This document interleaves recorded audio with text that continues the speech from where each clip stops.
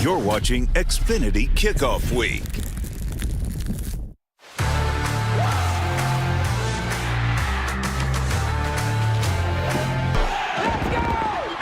Auburn's gonna win the football game!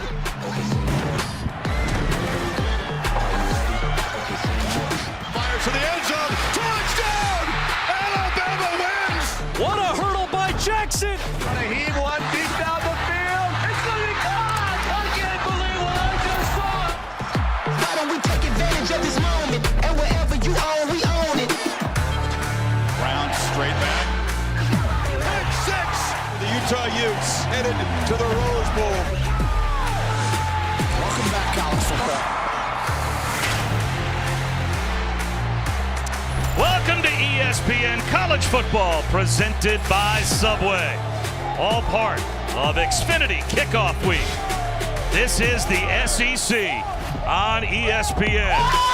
The crowd has been filling the swamp for hours. It is rocking in part because so many fans of Utah have made the trip down to Gainesville to watch their 7th-ranked Utes open up the regular season against the Florida Gators, who took the field a moment ago, thundering here at the Swamp, and we're ready for one of the great atmospheres in college football. Hi again, everyone. Bob Wischusen here with Dan Orlovsky. Chris Budden will join us in just a moment. There are about 50 different storylines in this game. Obviously for the Gators, it's a new era with a new coach and an unknown potential superstar at quarterback. Utah playing arguably the biggest opener in program history with college football playoff aspirations. There's a lot going on. Well, first of all, how sick is it that we get to start another season together in this environment? This place is awesome. You know, for Utah, their brand may not carry a lot of weight down here in SEC country, but their brand of football will. It'll look old school SEC style of ball where big body run game, big body tight ends, they're going to right at Florida defensively. Then for Florida, you mentioned, it's a new start. New head coach, Billy Napier. My goodness, how lucky is he that he gets to do that with an absolute superstar talent at quarterback in Anthony Richardson. And we'll see what Richardson does with his debut, at least as the regular starter tonight for the Florida Gators. Standing by with the head coach is Chris Budden. Coach, you run out here into the Swamp for your first time as a head coach. What was your final message to the group before you ran out here? Well, I'm just proud of the work. I'm proud of the trust. There's a special chemistry and togetherness that comes with playing this game. I'm thankful for this group of players. I'm thankful for this staff. I'm thankful for this opportunity to lead. Hasn't been ideal conditions so far. What will be important for your group to remember tonight? Well, we've got a formula in terms of how we win games, and that's going to be the key. It's not going to be about emotion. It's going to be about execution. Appreciate it. Good luck tonight. Thank you. And Dan, it is interesting. Right now, the rain not falling, but it fell steadily for a couple of hours, and the field got kind of chopped up during pregame warm-ups. This might not be the surface that either team expected to play on. An adjustment for either? I don't think as much for Florida. I mean, this is their home turf. They're used to this late summer, thunderstorms come rolling through, so their players are used to it, how to handle it with their feet, their cleats. Certainly Anthony Richardson at quarterback. It might be a little bit different for Utah. This is not their first rodeo. This is a very experienced football team and program. Utah won the toss, deferred their option to the second half. And of course, a debut for Billy Napier on the sidelines at Florida. Anything but for Kyle Whittingham. Only Kirk Ferentz has been at his current school longer as a head coach in FBS than Coach Whittingham. 18 seasons since taking over for Urban Meyer. It's a top 10 program. Annually, it's one of the elite Pac-12 programs. This is a phenomenal matchup, though, to start their season. This is the first time his program is playing an SEC team since 2009 in Alabama.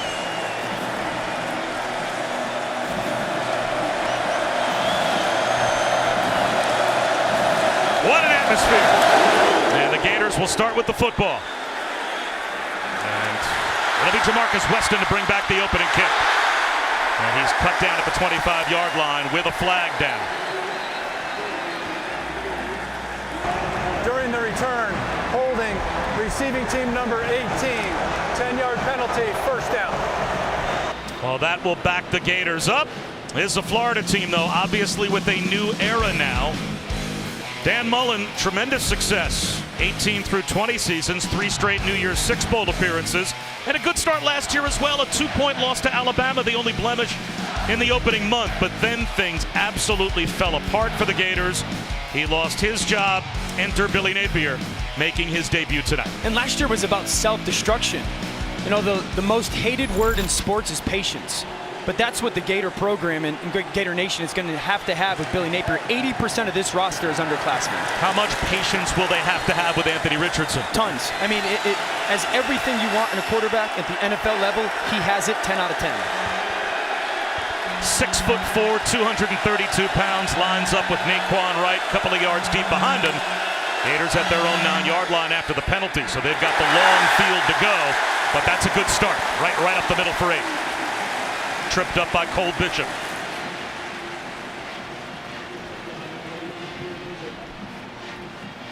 This is an offensive line that Billy Napier, their head coach, inherits that has 87 career starts. That's a comforting thing.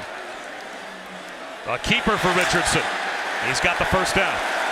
His run ability will be how much a part of their game plan, as opposed to wanting to guard against the quarterback get hit too much. Yeah, it's a lot. You've got to be smart. Their backup quarterback, Jack Miller, is a broken thumb, so Jalen Kitna steps into that role, but you want to utilize the athleticism and have it be a part of your offense. He's got to do a really good job like he just did. Get the first down, and then don't take too many major hits.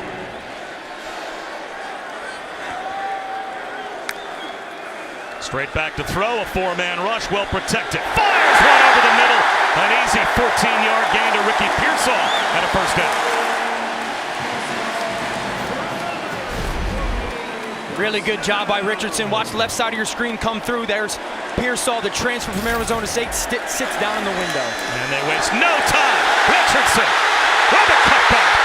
Tripped up in Utah territory. To Travis Broughton. Might have been all that stood between Richardson and the end zone. So look at this right now. This is tempo. This is changing formation. They're putting so many bodies down here at the bottom of the boundary. It's creating space to the field. Naquan Wright. Another chunk run. And a Gator first down inside the 35. 12 more for Naquan Wright. Really nice job by the interior of their offensive line. Agwalkin, Ethan White, Richard Garage, who's had so many starts here. Naquan Wright, 5'9", 202 pounds, kind of gets lost behind those big bodies and finds a seam, gets another chunk first down on the ground. 4 straight first downs on 4 plays. Now it's Montrell Johnson as the tailback. He takes the handoff. Runs a man over. Lost the football. It's on the deck. And it is scooped up. Will they rule this a fumble? They do indeed. R.J. Hubert picked up the fumble and spins it all the way down into Gators territory. We'll take another look as they will have to confirm that Johnson was not down. He was hit by Bishop. And the ball was ripped out. Jonah Ellis ripped it out before he was down. I mean, how about that tackle by Hubert? I mean, Montrell Johnson is a 220-pound back to transfer from Louisiana Lafayette, where Billy Napier just came from. And Hubert, or Cole Bishop, puts his helmet right on the football. It seemed like the only thing that was going to short-circuit that drive for Florida was a self-inflicted wound. They turn it over. Great field position at the +25 for Utah. Cam Rising on a keeper. Shovels one to the perimeter. That should be an incomplete pass. And they quickly rule it dead. Tried to get one out on the edge to Brant Keithy with a shovel pass that came up short. So now Cam Rising. Golden opportunity to put points on the board to begin his season here at Utah. Began at Texas, redshirting before transferring, and last season it all came together. First team all Pac-12. Confident and in command.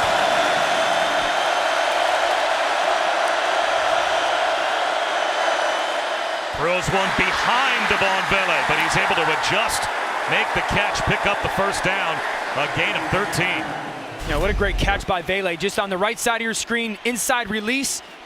Look at the hands behind him. It's a beautiful job of creating separation from the defender. Ball behind him a little bit. He trusts his hands to reach back. Good, strong hands by the sophomore out of California. Mekhi Bernard, very dangerous to the right of Rising in the shotgun. 1st and 10 at the 13. Wide receiver screen, caught by Enos. Muscles his way inside the 10, down to about the 8. Yeah, see Amari Burney and Trey Dean forced him out. There's that formation. They spread out their tight ends. But the top was Kincaid, their big body blocker. He's lined up like a receiver would be, but you kick the ball out there to Enos, and you got a 260-pound tight end there blocking a defensive back. And now they've brought big Tavion Thomas, 238 pounds, back in the game to the left of Rising in the gun.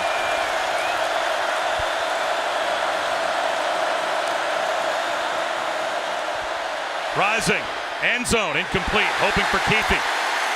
Or check that for Dalton Kincaid. He got sandwiched and ended up losing his footing, and now a big 3rd down. 3rd down and 4 in the red zone, a chance for Florida to hold to only a field goal attempt after the long fumble recovery and return. Bobby, Florida just brought pressure defensively. So if you're thinking Florida defensively, you're going, well, that just worked. Do we bring it again? So Cam Rising right now have an answer versus the blitz one-on-one. And if they play coverage, you can still dump the ball down underneath and get a 1st down. Rising out of the pocket, dumps one off. It is caught at the goal line, reaching it out is Keithy. He's got the touchdown.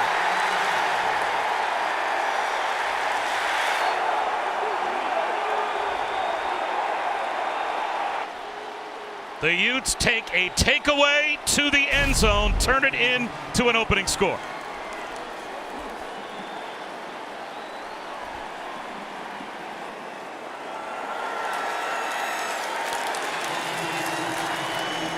Great job climbing the pocket by Cam Rising. Eyes downfield to the right, dumps the ball off to Keithy.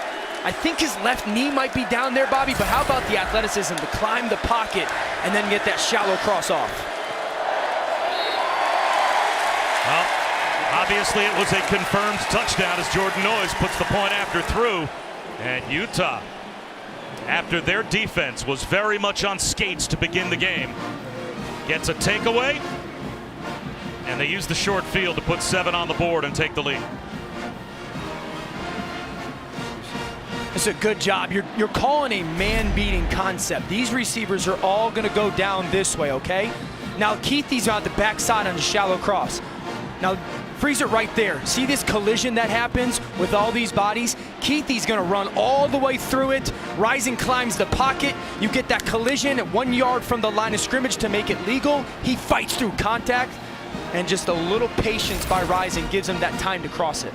It's also recognizing down and distance. 3rd down and 4. You didn't need to put the ball in the end zone there. If he gets tackled short of the goal line, it's fine. You picked up the necessary yardage for 1st and goal. It just seemed like a smart play call in that situation. Absolutely, and it's a part of it is you trust your quarterback, and part of it is you trust your backside tight end.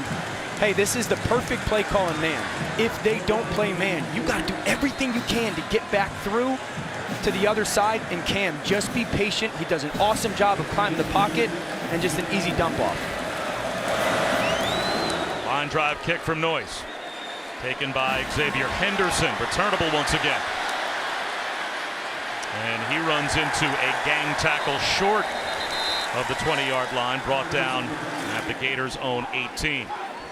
Later tonight, over on the SEC Network, another season for SEC Football Final. Dari Noka and company will take you through the biggest stories of the day and break down all the games at 10:30 Eastern, 9:30 Central.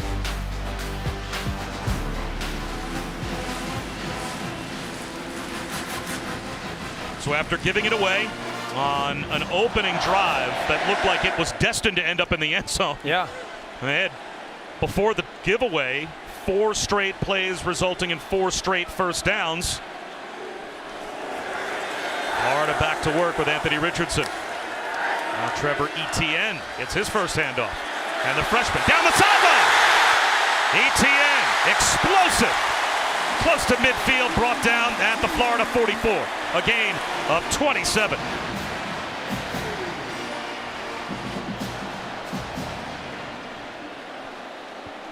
And we now welcome you to the Swamp, where we have already had multiple big momentum swings and it looks like Florida backed up a couple of yards to their own 37-yard line. But Baba Schusen here with Dan Orlovsky and Chris Budden. The early lead for Utah as Trevor Etienne picks his way for about 3. The opening drive for the Gators, they steamrolled their way down the field inside the 35-yard line of Utah before Montrell Johnson fumbled the ball, turned one over. It was scooped up by R.J. Hubert of the Utes. He heads all the way down close to the red zone, and Utah used the short field to get into the end zone.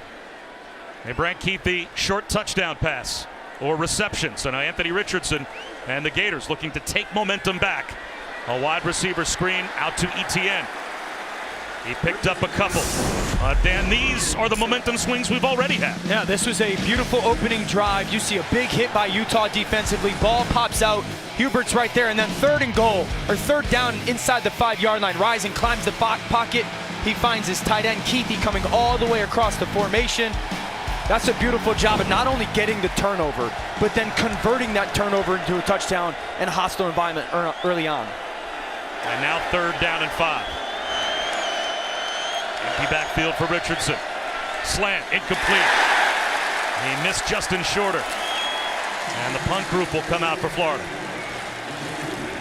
But again, preceding that fumble by Montrell Johnson, the Gators had run 4 consecutive plays, all resulting in first downs. Right. They were steamrolling their way down the field. It seemed like the only thing that was going to keep them out of the end zone was a mistake, a self-inflicted wound, and they turned it over. Yeah, and it's the transfer that turns it over. We've talked about the weather a little bit early on in this game.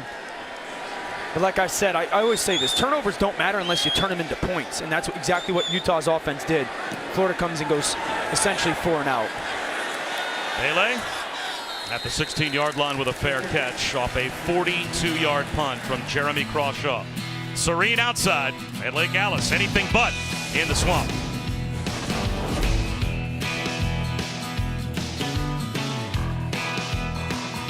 Welcome back to ESPN College Football presented by Subway. Part of Xfinity Kickoff Week. This is the SEC on ESPN. Although a chance for a statement win for a Pac-12 team with college football playoff aspirations. This might be the biggest season opener in Utah football history. And they're off to a good start at their own 15-yard line with a 7-0 lead. Makai Bernard breaks a tackle and fights his way for about a yard. Brenton Cox made the stop. Cam Rising, last season, Dan, first team all Pac-12, burst onto the scene, had a terrific year, and obviously after the red shirt at Texas brings him to Utah. He's got a team that he might end up in the college football playoff quarterbacking. Yeah, he's head of the table, Bob. I mean, this guy is the Roman Reigns of this program. Command, leadership, confident. They call him the alpha dog. Tavion Thomas grinds out about 3. Let's take a look at our Chick-fil-A impact players.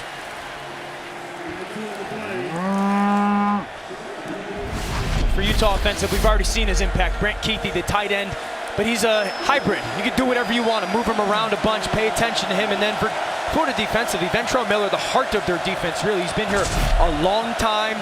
They're going to see a heavy dose of this big body run game. He's going to have a big game stopping some big backs.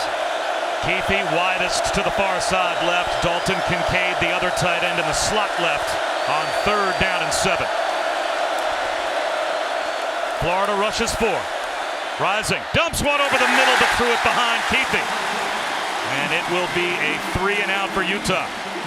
And a chance for Florida to maybe get good field position. I actually thought Cam Rising leaves the pocket there a little too early. I mean, that is really good protection by Utah's offensive line. They pick up pressure. It's a zone. The opportunity to find some windows back there, but credit Florida. Settles down defensively, gets off the field.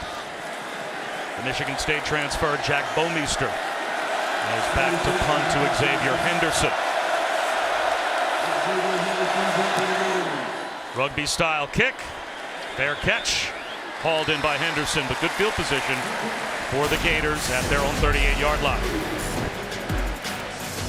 Here we go. You like that? Love it.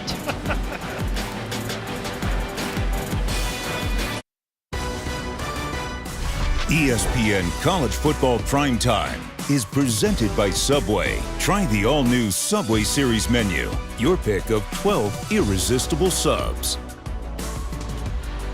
Not too bad if you're Billy Napier. You take over for Florida. Yeah. And about 3 months after spring practice and whatnot, you move into an $85 million brand new training facility for your football team that also houses all of the other sports programs in part as well here at Florida. The offensive coordinator and Dabo Sweeney, part of a couple of stints at Alabama as well, but the two-time Sun Belt Coach of the Year at Louisiana, and now getting a dream job here in Gainesville. Anthony Richardson on first down. Tucks it under. Extends the play. Breaking a couple of tackles. Fires up the sideline. Incomplete. Tried to squeeze one into Ricky Pearsall. Broken up by Travis Broughton. Richardson's trying to find a crosser to Pearsall. Tries to move in the pocket. Great retrace by Utah defensively. And it's a waste throwaway. Really good job in coverage by Utah defensively, taking care of the different levels of the pass game.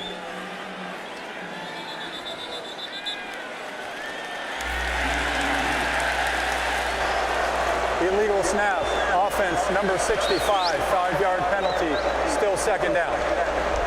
So Kingsley McWalken will cost Florida 5. This is by far the best starting field position for the Gators, but now they're faced with second down and 15 for a quarterback that came into today with 39 career completions. And yet still, Mel Kiper Jr. has him getting drafted in the first half of the first round. You got to beat people 3 ways at the quarterback position in the NFL nowadays. Beat them with your arm, beat them with your mind, and beat them with your legs. Anthony Richardson could do that. Right now, though, Bobby, he got to settle down. Here comes the blitz. Quick out. Xavier Henderson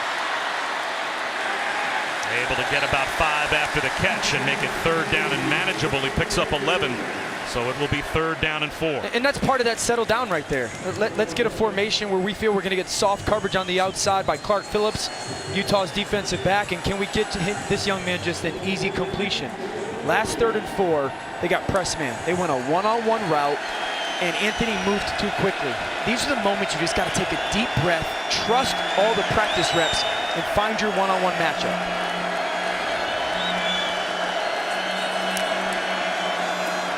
Four-man rush. Under some pressure, uses the stiff arm, breaks a tackle, and there he goes. Started his slide, though, right at the first down line to gain. He broke the tackle of Van Fillinger, who missed a chance for a sack. But even with the slide, they gave him the benefit of the doubt and a Florida first down. Right side of the screen goes. Shallow cross is coming wide open, and he just doesn't see him. Now he's talented and athletic enough to go get that first down. But those are the moments where you want to see that development and growth from him. You got the perfect play call. It's an easy 5-yard throw. Do the easy play. Make the easy throw in that moment. Naquan Wright to midfield for 3. Let's go down to Chris. To what Dan was talking about, the hype around a Florida quarterback is nothing new. Anthony Richardson has spent some time with Danny Werfel on how to block out the noise and grow from this. And Billy Napier is the perfect kind of coach. He gives them a punch list. He watches things that they call ignition reels. They are pro players. He watches Josh Allen, the type of player that he wants him to mold into be, to start to develop the quarterback. That's not a bad example to try to follow. Yeah, I want to be like him too. You weren't? Water's wet. Second down and 7. Play action. Richardson again looking deep. He fires one down the right side towards the pylon. Broken up. Xavier Henderson, the intended receiver. Fabian Marks, R.J. Hubert were both back there in coverage. We've got a flag down all the way back in the offensive backfield. Holding. Offense number 5. 10-yard penalty. Replay second down. So Naquan Wright trying to pass protect, guilty of a hold. I love the formation, the play action shot. Utah brings the pressure. It's the right call. Naquan Wright got stuck in a little bit of a unique spot, a tough spot. But those are the moments when you're a play caller and a head coach and you get in the right formation, you got your shot called, and it's there. You don't make necessarily the perfect throw, and then you get the flag. Those are tough moments. Penalties and turnovers were such a big part last year of Florida's disintegration of their season last year. And here is Wright looking for a cutback lane, and now his holding penalty backing them up on their side of the 50, and it will be 3rd down and about 15 as Correne Reed made that last tackle. Another really important growth moment. How many 3rd and 15s has Anthony Richardson been in? You got to imagine that Utah is going to play some coverage here, try to get home with their 4-man rush. They got a defensive end in Van Fillinger, who's a big-time player. Trust your eyes. Don't try and do too much. It's Fillinger right here, elite pass rusher. Big middle of the field, Richardson. Fires one over the middle. Climb on the ladder, Ricky Pearsall. I think Anthony Richardson handled 3rd down and 15 pretty well. This is an awesome job. This safety's going to drop down. This safety's going to drop down. Pearsall's going to do a beautiful job of bending across his face. You got to make sure you get around him, then cross the corner's face, sit in that zone. Beautiful throw by Richardson. Jet sweep. Trying to turn the corner. Dejon Reynolds fights his way to the 30-yard line for 5. You see that sit down by Pearsall there? That's why experience matters. Transfer from Arizona State. You know, on paper it's going to say run a straight line seam. But the experience says, hey, if there's a voided area, that green grass where coverage rotates, I'm just going to sit there. And I love the fact that Anthony Richardson saw it the same way as Pearsall. Now the Gators go to a heavier group on the field with 2 tight ends. Wide receiver swing pass, Reynolds couldn't hold on. 3rd down and 5.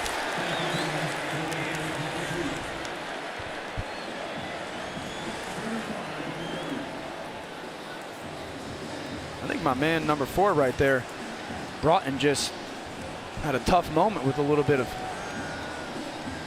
vomit, we'll call it.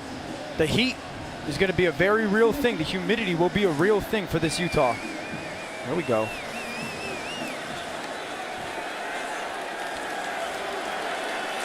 I think you can run the ball here, Bobby. And a big play here to try to keep the drive alive. 3rd down and 5. Play clock down to 4. Again, jet sweep motion. Montrell Johnson cuts it back. It looks like he's got a 1st down. He does, by about a ½ yard. Correne Reed missed a tackle near the line of scrimmage. This is nice. Watch Puller, Ethan White, zipper pulls, and then the patience by Johnson. You see him put his left hand on those big bodies back, you know, just follow those lead blockers. Very good patience. You got a ton of one-on-one coverage on the outside if you want, if you're Florida. I mean, you're just one-on-one down here, one-on-one down there. Johnson again. Into the red zone. And Chris Budden, these conditions, something that Utah was very cognizant of trying to prepare for. Yeah, you try and simulate the humidity as much as they could. They would go to the indoor practice facility, shut the doors, shut the windows, turn off the AC. Then they would water the field for 25 minutes. That was about as best as they could do. The players told me they felt like they could feel the humidity, but you don't really know until you're down here. And we've already seen Travis Broughton have to head to the sideline because of it.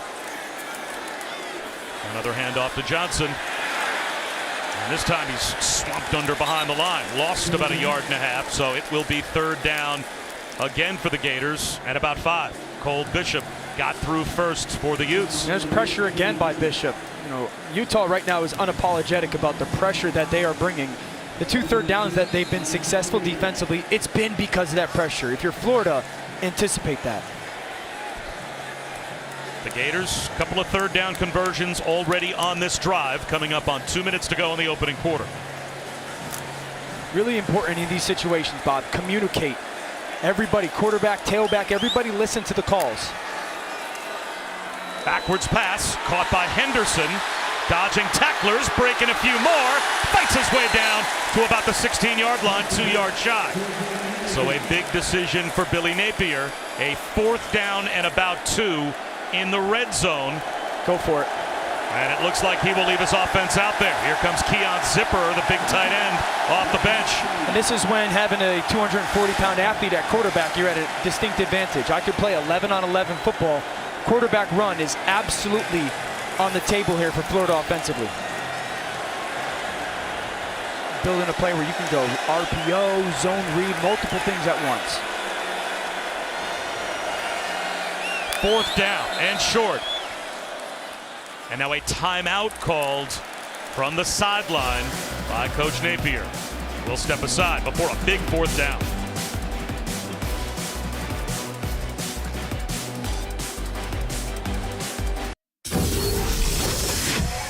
You're watching Xfinity Kickoff Week. And Dan Orlovsky, Chris Budden back at the Swamp. 4th down and 2. Late first quarter. Gators looking to get on the board. And they are in the red zone. Big decision here for Billy Napier. And on the 13th play of this upcoming drive, with a 6'4", 230-pound quarterback, Dan, you like this call going for it on 4th and short. Absolutely, because I can play 11-on-11. I also love the fact that they kept their huddle on the sideline, not to necessarily give away what their personnel grouping was going to be to Utah's defense. They've got Montrell Johnson out there as the tailback, and 2 tight ends stacked right. 4th down and 2.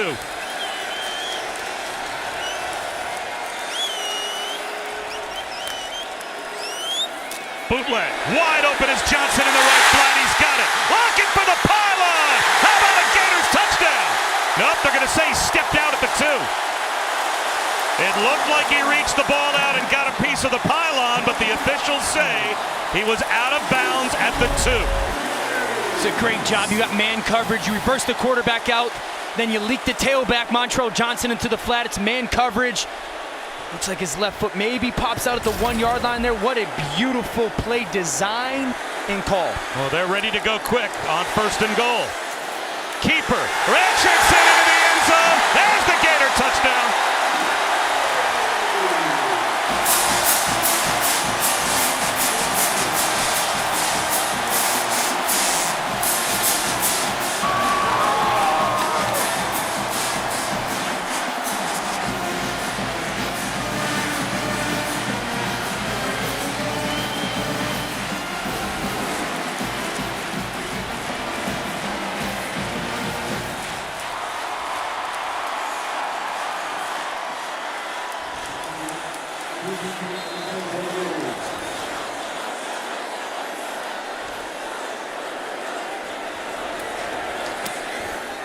A 4th down conversion precedes Anthony Richardson's first score of the year.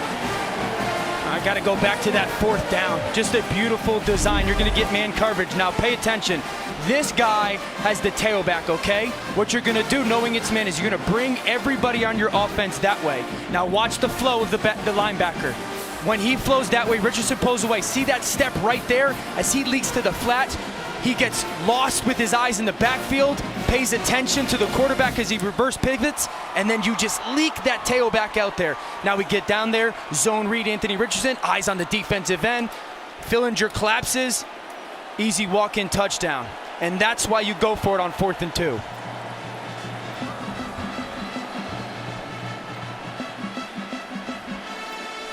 Has to be so satisfying, especially for a first-year head coach, to make that decision against the 7th-ranked team in America and have it pay off, and it ends up being a 7-7 tie. You know what was the interesting thing hearing him talk? He was talking about culture, like every person who's the head coach of a athletic program, and he said culture is something that takes a daily commitment to. Like, you've got to do all the little things every single day, and I think that comes down to that 4th and 2 decision.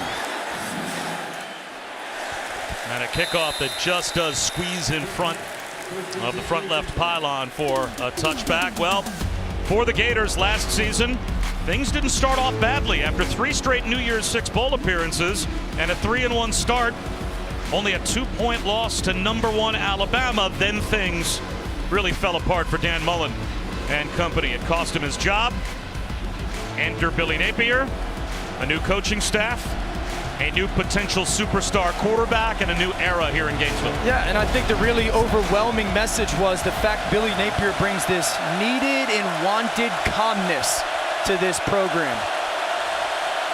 Now let's see how the Utes respond. They've only run 8 offensive plays so far. They had a short field touchdown and a 3-and-out. Wide receiver hitch. Keithy weaves his way for about 7. I love when offenses do that stuff, man. You're making it so easy, not only on a quarterback, but everybody. You're just creating space to kick a ball to your really good player. Hey, go get us 6 or 7 yards instead of having to turn around and try to jam it into a defensive front that's loaded. Tavion Thomas with a first down to end the first quarter. Tripped up by Ventrell Miller.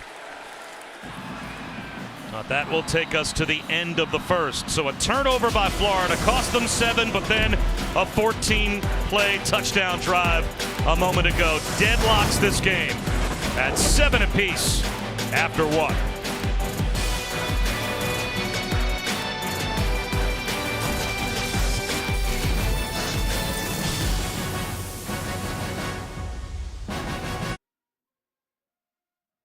The greatest story ever played, the college football playoff on ESPN.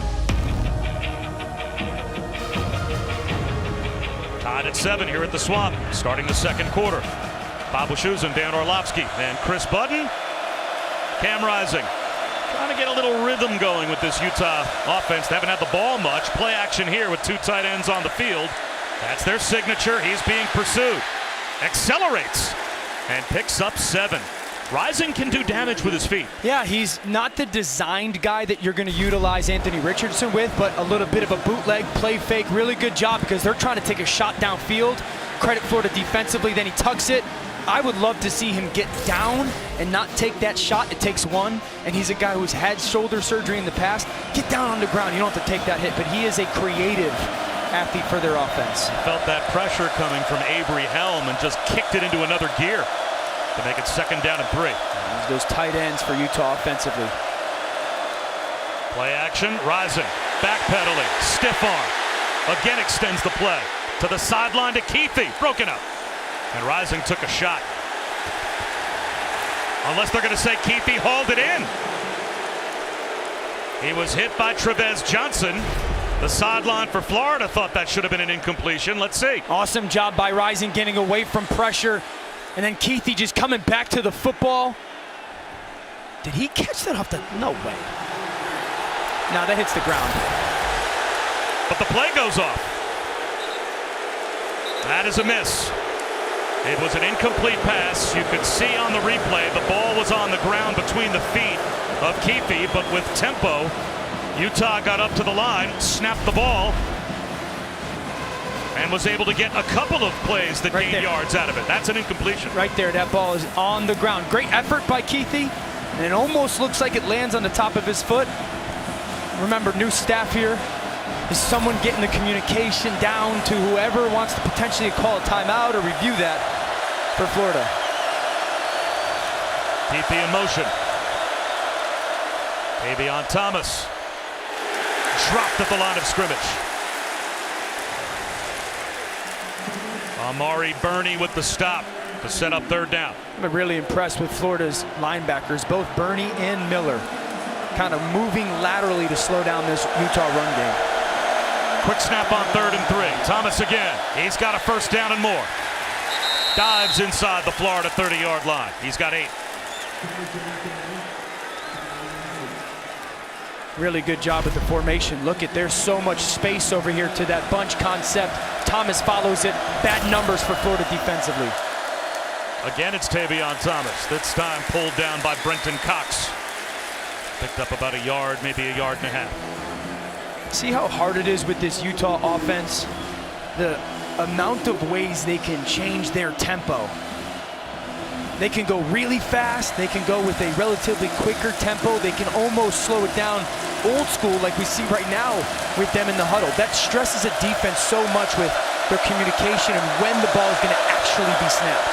And now 3 tight ends out for 2nd down and 8. And bunch set right, so tough to diagnose.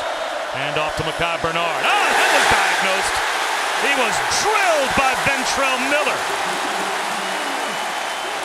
Ventrell Miller played only 2 games last season because of injury, led Florida in tackles 2 years ago, and makes an impact there. There's that patience.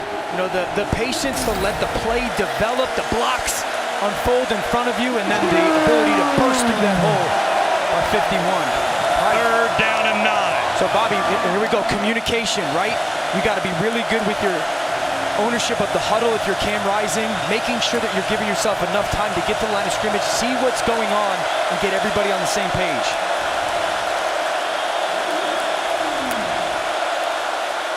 Florida brings a blitz. Rising, dumps it over the middle. Mekhi Bernard dragged down. Another tackle for Ventrell Miller. It'll be 4th down. And that will bring Jordan Noyes out to a try. A field goal of close to 45 yards. Let's see where they spot it. It'll be about 43.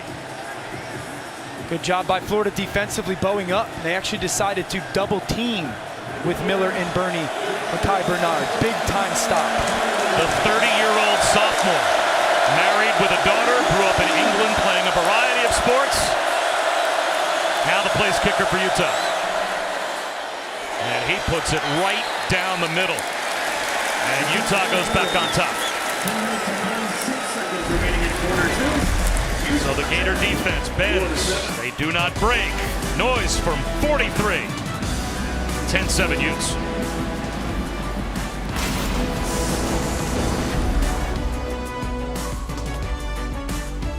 Utes take a 10-7 lead. And in this kind of an atmosphere, it must be really nice to have the 2nd longest tenured head coach in FBS patrolling the sideline to keep his team focused, to keep the emotions under control, because this is a tough place to play. Yeah, and also a coach that's kind of experienced something like this where you're playing a pretty big-time program with a new head coach. I think 6 or 7 years ago that happened with Utah and Michigan. So he is very much so been there, done that in this type of environment. Anderson from the 2, flags down. And he is out to the 22. Penalty marker thrown out near midfield. And Utah clapping. They believe this is a Gators penalty.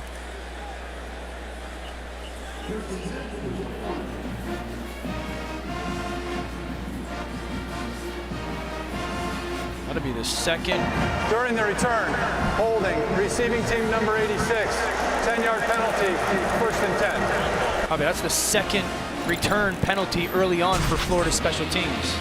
Well, we go all the way back to when Urban Meyer moved on, and in the Fiesta Bowl as the co-head coach won his debut at Kyle Whittingham, and he's been on the sidelines ever since.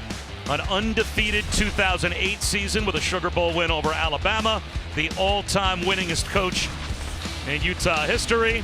They win the Pac-12 last season for the first time. They go to their first ever Rose Bowl. And they begin this season with very real college football playoff hopes. Yeah, and really the hope for the Pac-12 conference as well, with Oregon getting handled today by Georgia. This is a team that returns 14 starters from the one that won their conference last year.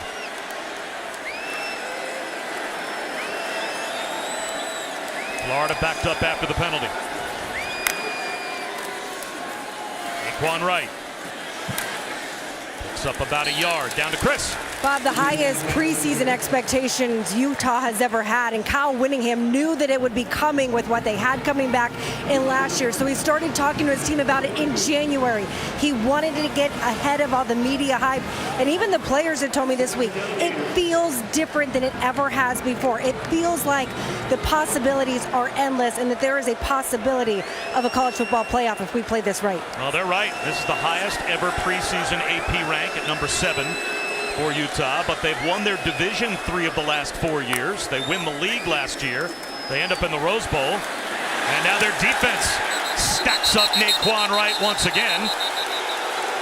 Let's head back to Matt Barry.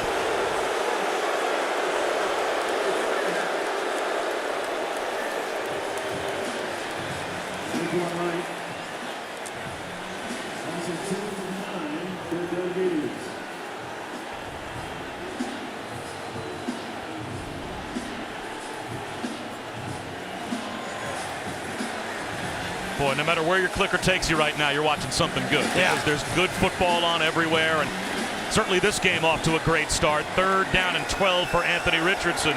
Under 9 minutes to go before halftime.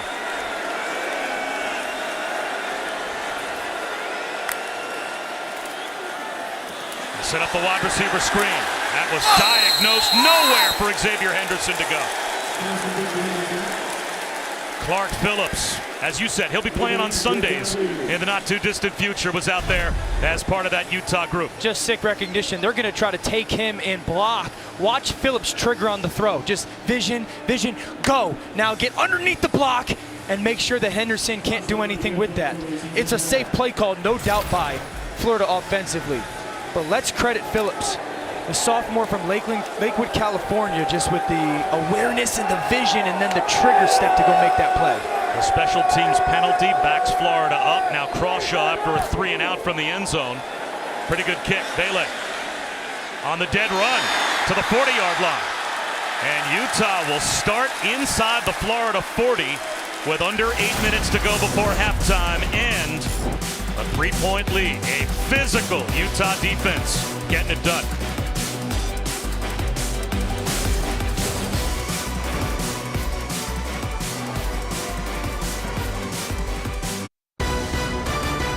ESPN College Football Primetime, presented by Subway, is brought to you by Xfinity. Unbeatable internet made to do anything so you can do anything. Before Urban Meyer became a national championship head coach here in Gainesville, he, of course, was a title-winning head coach in the Mountain West at Utah.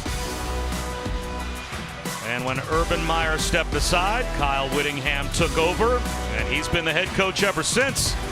And these Utes fans believe, and this team believes, that something special that's maybe never happened to them before could happen this year.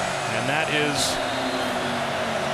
a chance to play down the road for a national championship. What a feather in their cap it would be, resume-wise, to start off the season if they can manage a road win here in the Swamp. Chris Curry tries to submarine and gets stood up behind the line. Conservative play call, Dan, to start the drive in plus territory. Yeah, those are those moments. You get the short field. You're thinking defensively. If you're Florida, get ready for a shot play by Utah offensively. Utah comes out with a pretty generic formation, and Javon Dexter just completely shuts down that run. I want to see Utah do things. Push the ball to the perimeter. You got to challenge these corners for Florida, and let's get the screen game involved offensively. Quarterback keeper. Nice cutback into the secondary, goes rising for a first down. Takes a shot but picks up 12. Okay. Zone read. Now watch coming right to the side of your screen. Torrance, the little dead leg there. Forces that arm missed tackle. Not a crazy runner, but good enough. He's still a guy that averaged 7-8 yards per carry last year. Well, 2 quarterbacks that can do a lot of damage on the ground. Got to take your one-on-one shots on the outside at some point. Davion Thomas backs his way for about 2. Bob, these are those moments because I can appreciate that Utah has stayed committed to running the football really on early downs, but Florida defensively, credit them, is doing a really good job. And Florida's just saying, we're going to play your guys on the outside, both Bailey and Enos, one-on-one, and we're going to dare you to complete balls versus tight coverage. They got to be willing to do that offensively. Twin receivers to either side, the 2 tight ends in the respective slots. Keithy right, Kincaid left. Looks like you're going to get 2 high defense. There's a safety back there and a safety back there. Work the middle of the field if they stay. Rising changed the play over the middle. And breaking a tackle and getting down to the 15-yard line. Picking up a first down is Keithy. Awesome route running. Watch the patience that Keithy has at the top. You know, set him, sit, now come back to the quarterback. He really wins at the 20 and catches that ball at the 21. Driving safety down. You protect the throw right there by Keithy. That's why he's such a special part to their offense. That's why Cam Rising's sitting there going, okay, you've got 2 high safeties, middle of the field. I trust my guy to make sure this ball's caught. got to be a tough check for most safeties in college football. Big time. Tight ends Big this time. way. Absolutely, because they're so versatile. First down in the red zone. Quarterback run. 2 more yards for Rising. At the bottom of the pile was Trey Dean. They ask a lot, Utah offensively, for these tight ends, both Keithy and Kincaid. They're versatile, they're highly intelligent, they're a big deal both in their run and their pass game. They try to do as much as they can with those 2 players.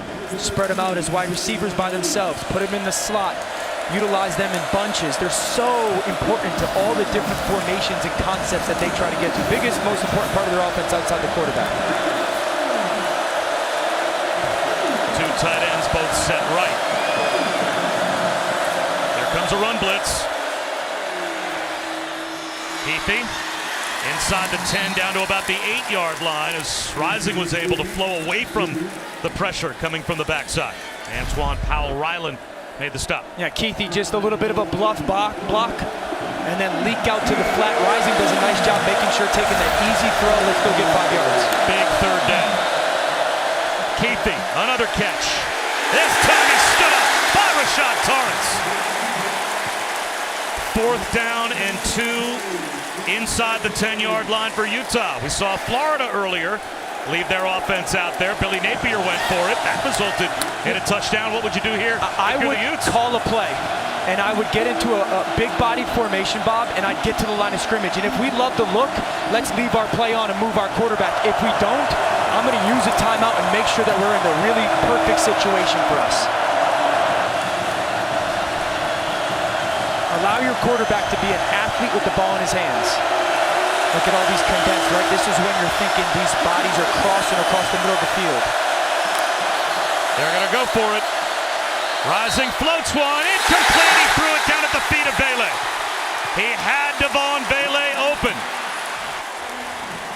Prior to the snap, Utah calls its first timeout. Utah got a timeout called from the sideline before the snap. No one on the field heard the whistle, but it was granted by the official standing next to Kyle Whittingham.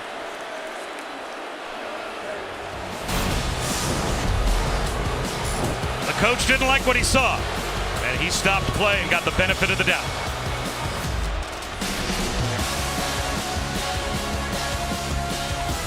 The Live My Students section of the year contest has returned. To celebrate, Taco Bell will be providing rewards to students all season long. And on 4th down and 2, after the Kyle Whittingham timeout, student section rising up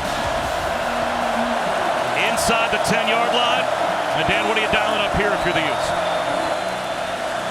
Man, I love the fact that they've got their 2 tight ends and smash mouth football on the field. I want my quarterback on the move. There you go. There's a motion shift, forced communication by the D. Is this just a hard count? Are they trying to get Florida to jump? There's the flag. Delay of game offense, 5-yard penalty, still 4th down. So they never intended, it seemed, to snap the football there. They'll back up 5 and now send the field goal group in. And that's probably one of those moments during the timeout, they as a coaching staff talk through it and say, what do we really want to do here? We're on the road. Right now we are up 3. Do we want to go try to see if we can draw them off sides? And if it doesn't happen, we don't have to snap the ball. It's 5 yards down on the 10-yard line. Field goal still is a relatively short attempt. Noyes is already 1 for 1. This one from 31. And now it's a 6-point lead for Utah. So they take the 3 on the road as we close in on halftime.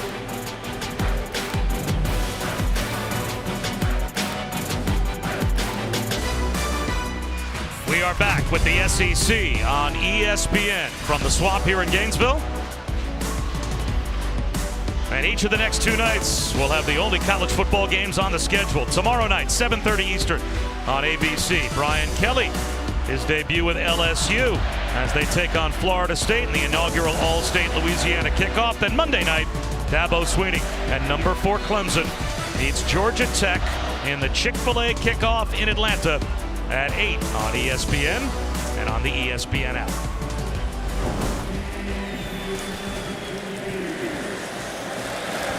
So now the Gators. Looks like they'll get one more chance with the football before halftime. Little confusion there, but Weston on the kickoff return. Out across the 20-yard line, brought down at the 21. Another chance for us to check in with Matt.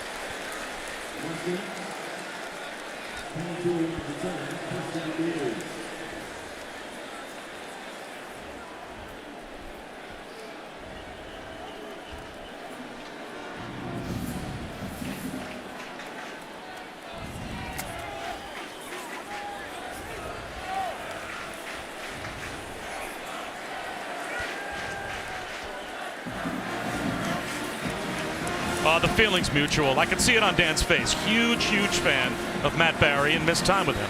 There's not a single person that works at ESPN I miss less than Matt Barry. Not really nice at all. Yeah, it's the truth, though. Him and his purple tie. Montrell Johnson, the back, the fake, and a slide right by Richardson. He unloads and hooks up with Xavier Henderson. You have early thoughts on what's going on between Ohio State and Notre Dame? I loved that throw location-wise on that touchdown by C.J. Stroud to that young receiver. I mean, he pulls him away from the defense. That big time. Ohio State's loaded, but it seems like Notre Dame is at least to the start of that game playing well. Richardson fires one over the middle in stride. He's got a Ricky Pearsall.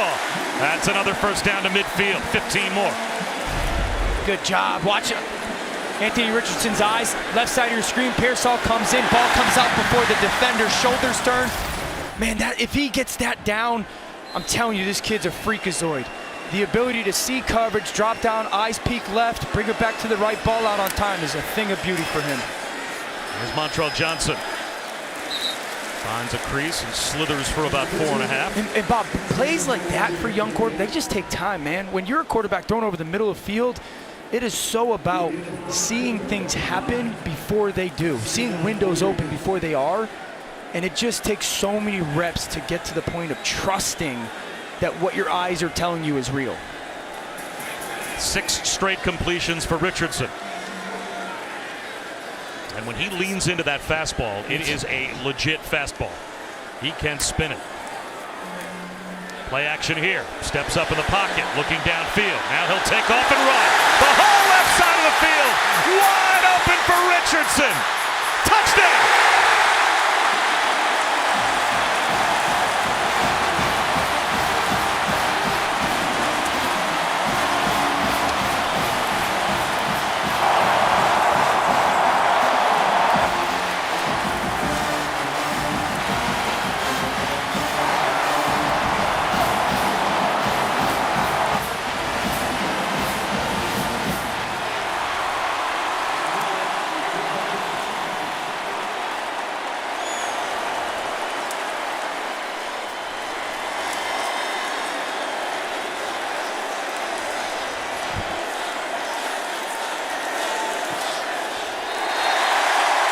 With 1:42 to go in the half, the Gators have the lead. Yeah, this is just great reaction, but it helps with the play design. So you're going to get motion.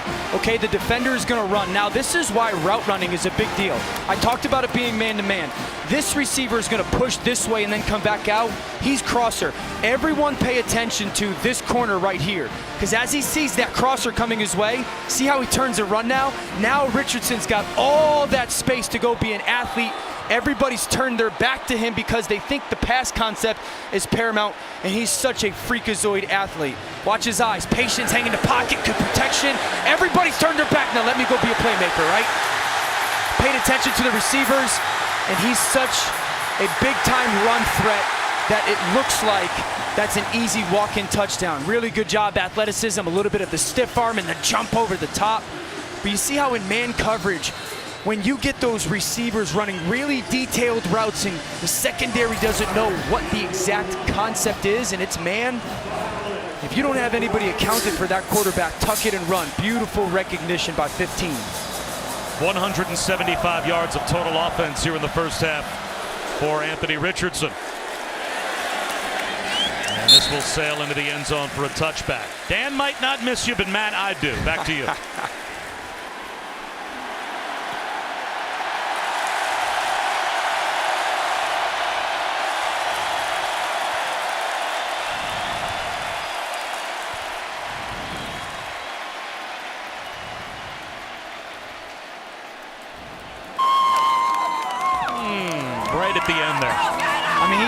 is a better quarterback than me. He did it at this place. He's better looking than me, not hard to do. He hosts basically any type of show on television. And Matt wonders why I don't miss him. Well, let's see if Cam Rising can respond now. He still has 2 timeouts to work with. And plenty of time on the clock to score before halftime. He sends Keithy in motion. Gators rush 4. There's the slant in stride. Getting just tripped up was Keithy. Oh, that is a huge chunk play. Possible, if not for the ankle tackle. He picked up 13 and right back to the line, Utah. Rising scrambles to his right. He'll get to the sideline and tiptoe and take another hit, pick up a few more yards through contact. 14 more. What a big time player. Coverage is really good. I'm going out of bounds. Not the head of the table. Go get you a first down. Tough player.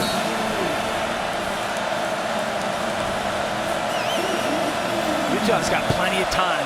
Minute left, 2 timeouts. Really see your safety rotation if you're Cam Rising. Slant left, broken up. Jason Marshall. Well, defense jumped in and knocked it away from Vele.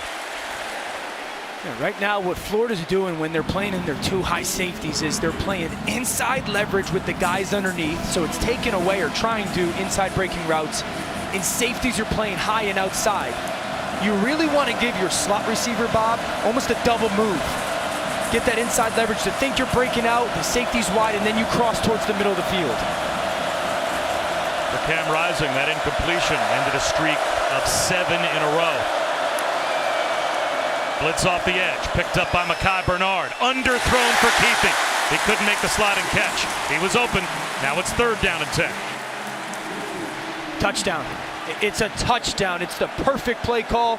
It's just what we said, a little bit of a double move by your slot. The rotation, and he just misses it. Uncharacteristic miss by Cam Rising. Bleed Keithy in there. He's going to catch it. Make one guy miss. 3rd down here. 3rd and 10. If you get your 2 high safeties, high-low somebody across the middle field. If not one-on-one, you got to put the ball to the perimeter. Keithy in motion. There it is. Rising down the sideline, missed time for Vele. And now it's 3rd down, or rather 4th down and 10. Bobby's got him wide open again. He's got Vele one-on-one on the outside, and he just pushes that ball to the perimeter. Watch at the top of our screen. A little bit of internal pressure. He's a good enough player to make that throw. He knows. You can tell by his body language. See, they're talking right there, and that might be a situation where Vele's going, I went to 16 yards. I should have sat it down at 14, right? Because the completion is there. Now the Gators still with 2 timeouts left. Henderson will let this one bounce, and it's into the end zone. Well, the U.S. Open round of 16 begins tomorrow morning on ESPN at 11 a.m. Eastern, 8 Pacific, and continues at 7 on ESPN2 with 4 hours of primetime coverage. As always, every point is streaming live on the ESPN app. Boy, did Serena Williams give us some entertainment this past week we weren't expecting? That was amazing theater. It's one of those things, too, like you never doubt greatness. Everyone was thinking that she was going to lose in that 1st or 2nd round. And I was texting my family this, too, when the match was going. Greatness doesn't quit either. Like, she's the greatest of all time, and that's why that 3rd round match was so compelling, because she just wouldn't go away. 41 seconds, 2 timeouts for Florida. See if you can pop up a little chunk here and then get into a 2-minute. They'll run it with Naquan Wright. He gets walloped after a gain of 5. And let's see if either team opts to use a timeout. The old Gator, Mahmoud Diabate, made the stop. The Gators are hustling back to the line, but with the clock all the way down to 22 seconds already. And now a timeout, it looks like, will be called.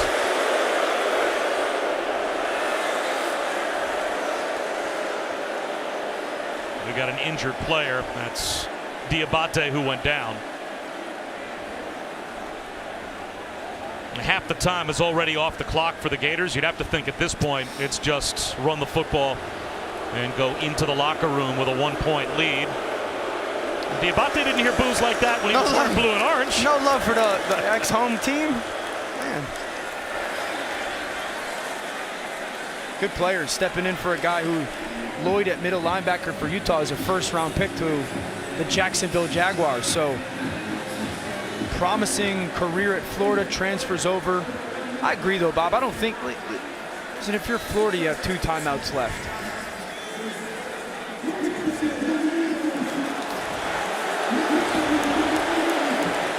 So they actually took 10 extra seconds off the clock. Because of the injury? And a timeout, I'm not sure had been called. Let's see. Billy Napier doesn't seem too upset about it, though. I think he was pretty content to going into the half. You could tell by kind of that basic run on first down play call. Yeah, that first play call told you what the strategy was going to be. So now just go to, you think, victory formation here to end the first half. Take a knee and take a 1-point lead to the locker room. They didn't have to do that. They wound the clock. And it will be a 1-point lead for the Gators at the break. A good first half, plenty of drama we're expecting in the second half. The halftime report now with Matt Barry and the guys in the studio. Matt? Welcome back to Xfinity Kickoff Week. Welcome back to ESPN College Football presented by Subway. As part of Xfinity Kickoff Week, this is the SEC on ESPN. Just about set for the start of the third quarter, and it's a good one. Both quarterbacks have made big plays with their feet. 14-13. The Gators have the lead over Utah. To that point, let's take a look at tonight's fighting spirit moment, Dan, brought to you by Modelo. Both quarterbacks have played pretty good in this first half. Early on, Cam Rising gets a turnover, and then his experience of climbing the pocket, finding Keithy, his reliable tight end, early touchdown, and then Anthony Richardson sees man coverage. The defense turns their back to him, and you see the special talent at 240 pounds and likely 4.40 ability to go and make a big play for their Gators offense. Utah won the toss and deferred, so they'll start the third quarter with the football, but now down a point as both quarterbacks have had a huge impact, as you would expect. Bernard from the 10. Nice cutback. And he's out to about the 27-yard line. Bob Wischusen here with Dan Orlovsky and Chris Budden. All right, your most important keys for both sides for the second half. Well, candidly, outside of the turnover, Florida's dominated the football game, specifically up front. So Utah offensively has got to do 2 things. They got to run the ball better. And I'll credit Florida's defense. They've done a nice job stopping it, and they're going to have to get some of their receivers involved with the ball in the perimeter. Florida's playing man coverage, single safety, middle of the field. You got to make some of those plays. And then Florida offensively continue to be really good in situational football. Anthony's done such a good job of really valuing the ball. Got to hit a big shot at some point in your play action game.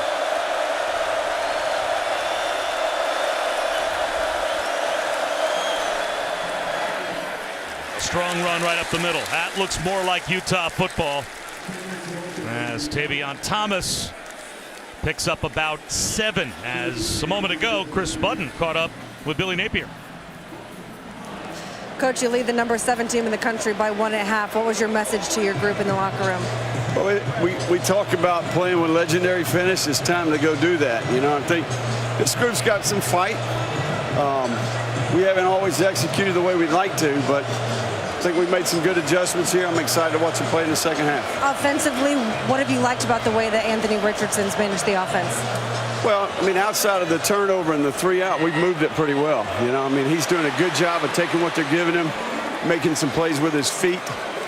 But he's seeing it well, right? That's the good thing. He's processing it well. He knows what they're doing, and he's got a good understanding of what we're doing. Appreciate it, Coach. Thank you. Thank you. Well, speaking of making plays with his feet, Tavion Thomas has done just that. Back-to-back runs. That last one for 22, and that looks more like the Utah ground game we're used to seeing. Put a 6th offensive lineman into the game. They pull the backside tight end. Thomas slips right underneath edge pressure and creates a big chunk in the Utah run game. There he goes again. Tavion Thomas picks up about 8. Let's go down to Chris. Yeah, this was the frustration from Kyle Whittingham. I talked to him heading into the halftime of just they had to get the rushing game going. Thought that everything else was managed well, the atmosphere dealing with the heat, but they had to figure out a way to get the ground game going. It's a little bit of, I talked about it, there's 6 offensive linemen that first run, and there's that bunch concept. I think that Florida defensively has moved really well laterally and created movement. Utah's got to get a little bit more running straight at you and try to crease some of that movement. Now it's Chris Curry's turn. He's into that second level with a first down. He picks up about 7 more. You see that though? I mean, 3 runs really that are getting run in between the 2 guards. You know, when you're getting a defensive line that moves like Florida's did in the first half, when I say move, I'm saying ball gets snapped and a guy that's over the guard slants to be over the center. Well, moving targets then for the offensive line. Let's go run right at you. Zone blocks or shoulder to shoulder and tailback, pick a crease with your eyes, trust your vision, and run right through those movement of those defensive players. Tight end to either side. Curry again, the lone setback, takes the handoff once again. 3 more yards, maybe 4 before he's finally stopped. It'll be 2nd down and 6.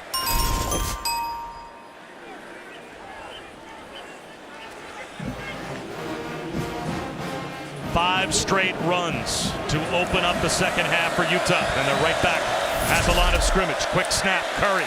This time he's hit behind the line. Brenton Cox got him around the ankles. And he's brought down at the line of scrimmage. No gain. 3rd down and 6. Great job knifing by Cox. Gets inside of Kincaid's block, right side of your screen, gets skinny. And the ability to bring Curry down. There's that movement that I talked about. Start over the outside of the tight end, get inside. 3rd down, Florida defensively versus this Utah offense has been really about man pressure. This is when you try to get those bunches, condensed splits if you're Utah, and try to get guys running from sideline to sideline away from that man coverage. Both tight ends shift left. The Utes are 2 for 6 on 3rd down. Rising down the sideline. Wheel route works to perfection. Mekhi Bernard. 1st and goal for the Utes at the 8-yard line. It's a pick play.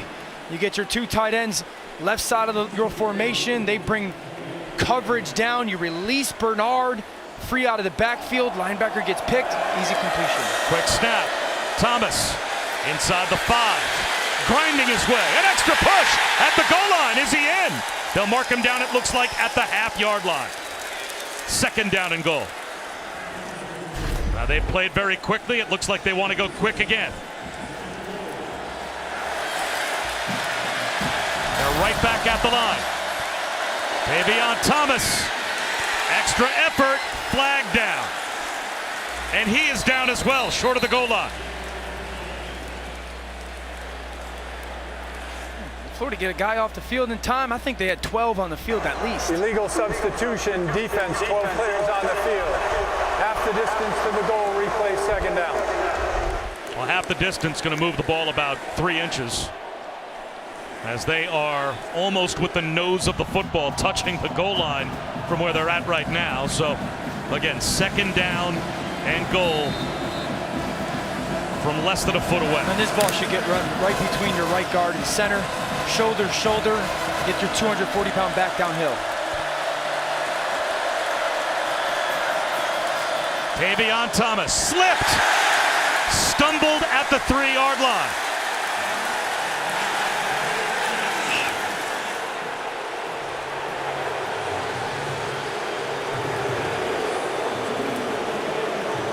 Now it's 3rd down and goal, back to the 3. So we've seen in so many of these situations in this game, it's been about these mesh routes where you're trying to create so much confusion and congestion. Quick ball to the flat and then fine crossers if you're Cam Rising.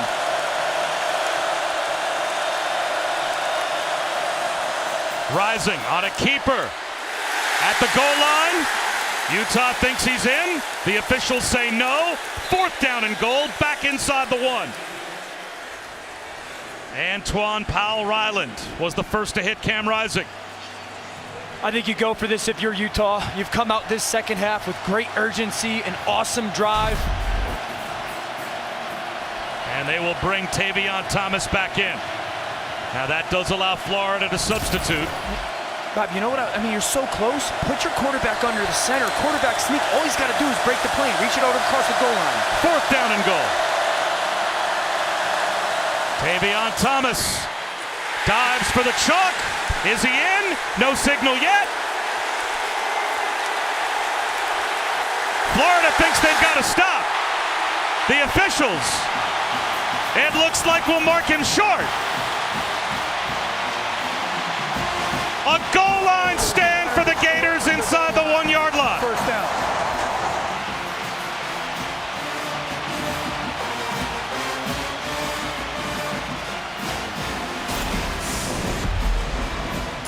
Did Tavion Thomas get in? Just that close.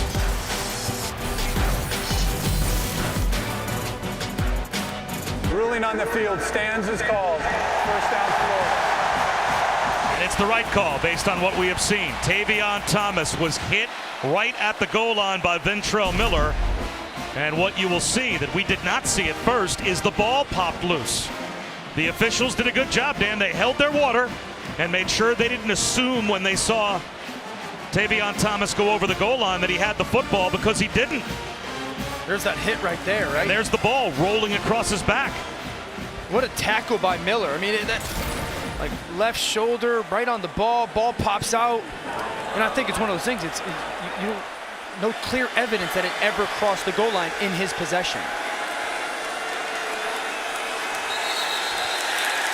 This will be a false start on the Gators. Offense number 70. Half the distance to the goal.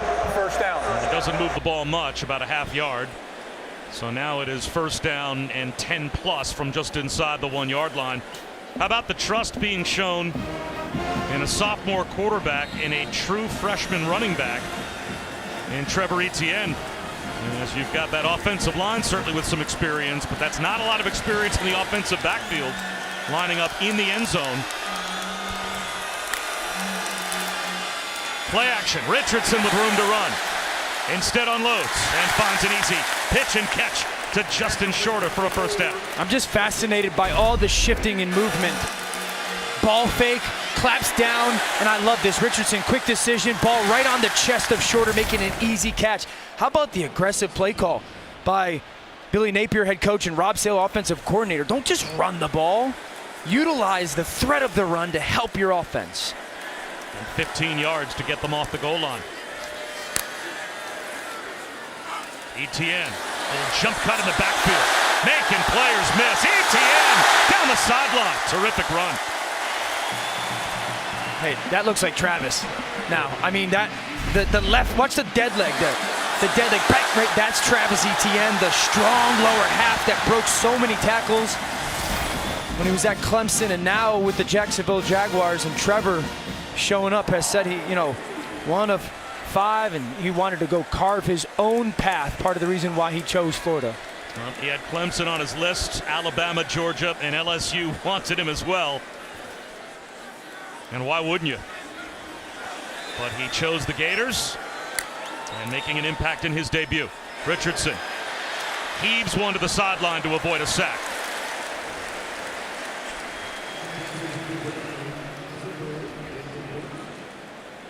Cole Bishop came on the blitz, and there's a lot of football talent, I would say, in that family. He's been a pleasant surprise for this program, too.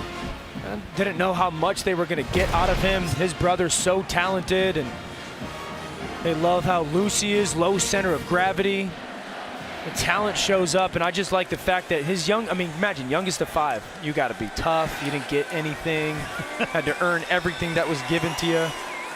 High character young man. There goes Trevor in motion out of the backfield. Empty backfield for Richardson. He looks right instead. Fires another bullet. A little turnaround route for Xavier Henderson, picks up 7. I mean, Bob, when was the last time we saw, certainly Florida, but a college team with this much pre-snap movement? This is a lot like the NFL. You come in one formation, you shift into another, then you're bringing a motion. That forces just constant communication by the defense, and all 11 got to be right. 3rd down and 3.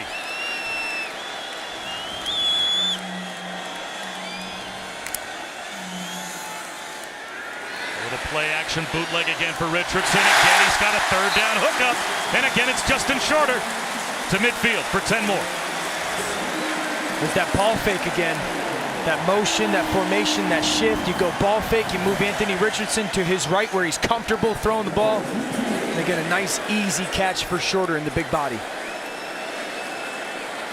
There's Purcell in the backfield, motioning out now as a wide receiver. Easy throw to the perimeter here. Richardson, incomplete.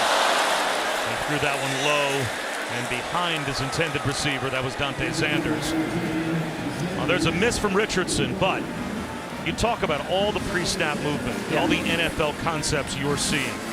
How surprised are you that this early in Richardson's career as the regular starter with this new coaching staff, that not only do they feel comfortable putting all of this on his plate, but that he seems so comfortable with it? Now, remember Chris's report before about the studying that he does, the padded plays, he's got to draw stuff, the understanding of everything that's going on.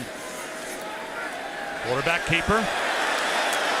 And he gets gang tackled after a gain of 4. It's the understanding of everything that's going on with you, all 10 guys on your offense, and then everything that's going on the defense. They make him draw the formation, the defense that they're expecting, and label exactly what he's this defensive end's rule and this front is this. This guy's backside safety coverage rule is that. And so you are getting such a advanced level understanding of not only your play call, but why your play call and what that is versus a defense. I always say this, quarterbacks know what your problem is versus the defense and know what your potential is versus the defense. And he seems like he's got a really good grasp of that. Gators are 4 for 7 on third down, but flags here as everything was off kilter. So this will become third down and long. False start, offense, 5-yard penalty, still third down. So now it's third down and 9. And we are excited to see the debut of LSU under Brian Kelly. Tomorrow night we'll see that at the Superdome in New Orleans. That's the backdrop for the only college football matchup on the schedule.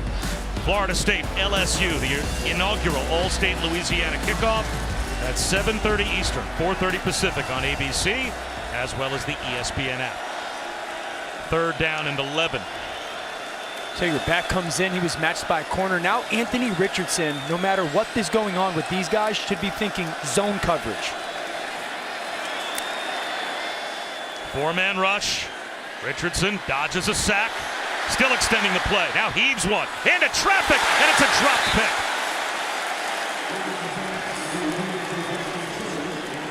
Van Fillinger was downfield back in coverage rather than being at his normal defensive end spot. And he dropped what should have been an easy interception. Yeah, but he's got an easy first down right there. Watch Zipper.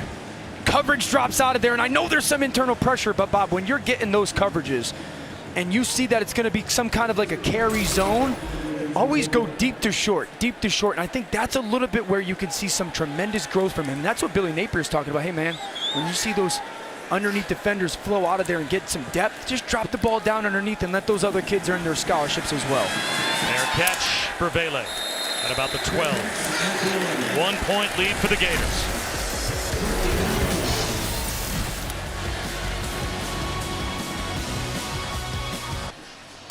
Tavion Thomas was the bell cow on the last drive for Utah. You would expect that to continue. His story's amazing.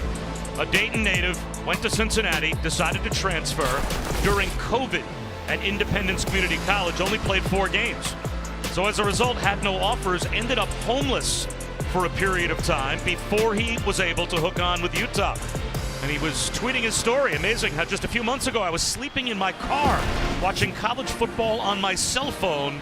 And now the blessings that he has found in Utah as a first-team All-Pac-12 star. Chris Button, it's an amazing story. And he is about as passionate of a player as you will find after that last possession. He knew that the ball came out. He thought he had crossed the goal line, was visibly frustrated, went up to his offense and said, I will give you everything. I will give you my life. I promise. Let's just go out there. Well, he's the lone setback with 3 tight ends on first down from the 11-yard line. Thomas for 2 yards. Desmond Watson, all 415 pounds of him. Big number 21 in the middle of that last collision. Talking to the coaches for Utah, offensive coordinator Andy Ludwig, I think the thing that he was most impressed with Tavion was how much he's grown up. I mean, you talk about a young man that obviously, great story by you, Bob, has been through so much, and just his willingness to not run from it and grow up through it. Rising up the seam for Keithy in stride. He's got him out to midfield. Terrific throw from Cam Rising to his favorite target for 37 on that. Could be a major development as Keithy, after that 37-yard completion, holding what appeared to be his left hamstring. He was one-on-one with Amari Burney, and he won the battle.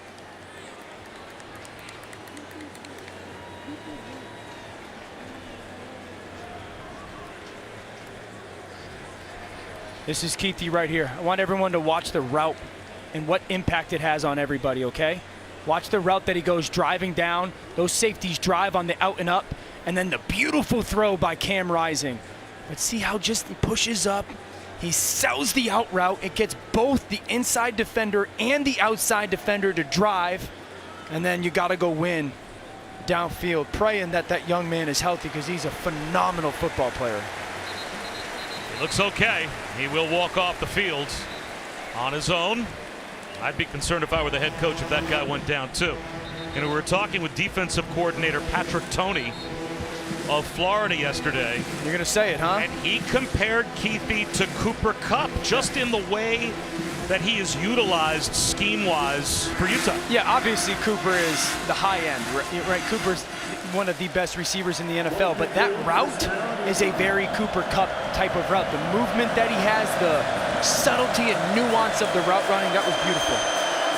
Ty Bernard and Tavion Thomas on the field. There's the swing pass to Bernard. And he's close to a first down, brought down about a yard and a half shot. That'll take us under 4 minutes to go in the third quarter of a one-point game, and now Mekhi Bernard a little slow to get up as well, and that looks like it might be a cramping issue. And that's probably not surprising considering this Utah team having to come and play literally tonight in the swamp. Of course, and it is humid out, right? I mean, it's as hot as humid as you're going to get for a night game in college football. I think the more you can move your bodies in, if you're Utah, Thomas, Mekhi Bernard, Chris Curry, the different pieces that you could have, those guys that need to be explosive, give those guys a little bit more of a break. And Keithy's right back in the game, as he is the inline tight end to the top of your screen.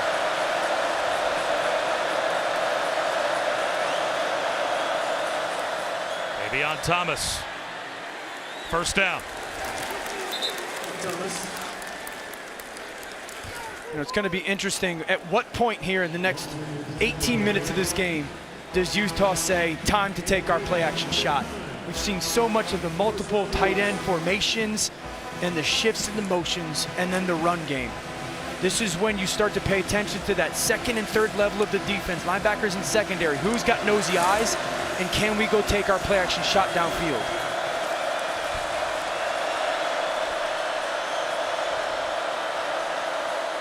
Another handoff to Thomas. It looked like he picked up a yard. First contact from Justice Boone. I'd be pretty impressed by the Utah offensive line in this second half. The big boys have done a really good job. They are incredibly powerful as a unit. How about this? They took all their NIL opportunities and they used it to create a social media, what is it, O Block Cares, and they're using it to invest into Utah foster care and meals and mentorship. Just a powerful group, but a good group of people. Micah Bernard back in the game. Shook off the cramp quickly. Here's an end around, an option pass possibly, as Vele. It looked like he was looking downfield for a moment, but tucked it under quickly and ran a long way to pick up 5 yards. Really third down and 4. How about the discipline by Florida's defense? Both Burney, Perkins, staying home. Big third down here late in in the third quarter. They have gone so many times to these bunch formations with these traffic meshes and shallow crosses underneath. There's that bunch up top. They're going to run for it. And Thomas has got it.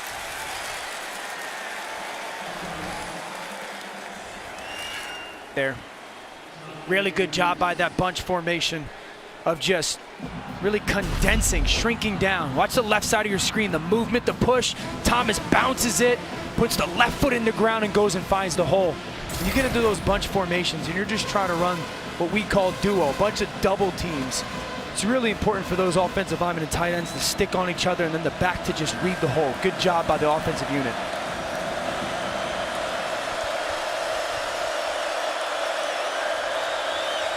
Here comes pressure. Safety blitz right here. Looks like Rising may have seen it, but a false start. False start.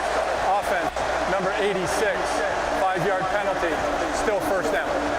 Rising went hand signals, I think acknowledging, Dan, what you saw, but then Dalton Kincaid flinched. And we probably credit that one to this home crowd down in the swamp. You know, they saw quarterback was going to do something communication-wise, and they got louder. That's a win for the home crowd.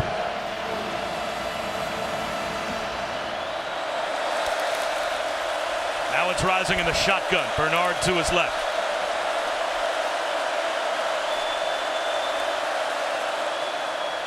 Quarterback keeper. Rising with a seam. He's into the red zone. He's inside the 10 and pulled down out of bounds at about the 8 by Trey Dean. 25-yard gain for Rising. It's the zone read versus man coverage. Watch the right side of your screen. The defensive end crashes down. It's man coverage. Nice job of blocking on the perimeter by Vele. And then again, Cam Rising up over 60 yards rushing the football tonight for this Utah offense. First down and goal at the 7.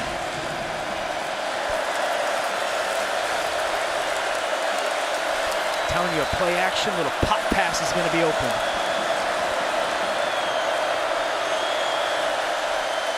A toss instead to Bernard with a cutback at the 5, at the goal line. He's in for a Utah touchdown.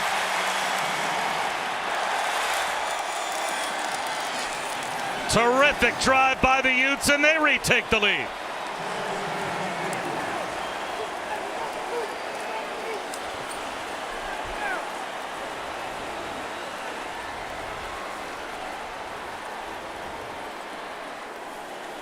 And in a 5-point game, after a 9-play, 89-yard touchdown drive, it looks like Utah is going to go for 2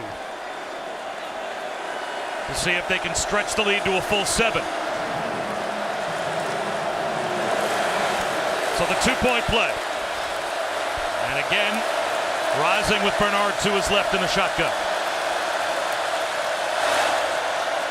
Keithy on the inside handoff from Bernard, lost the ball. And the 2-point play is nullified.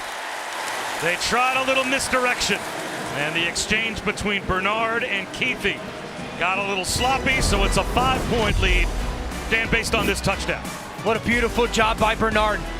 Beats an unblocked defender, tucks the ball away, gets into the end zone. Utah aggressively going for 2, miscommunication, bad ball handling, but the Utes take the lead on the road in the swamp.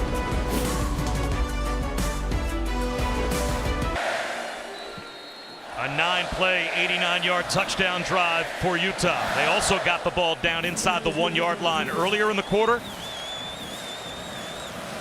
Whittingham's team physically has become different, it seems, Dan, here in the third quarter. Big time, big time. Let's check in with Matt.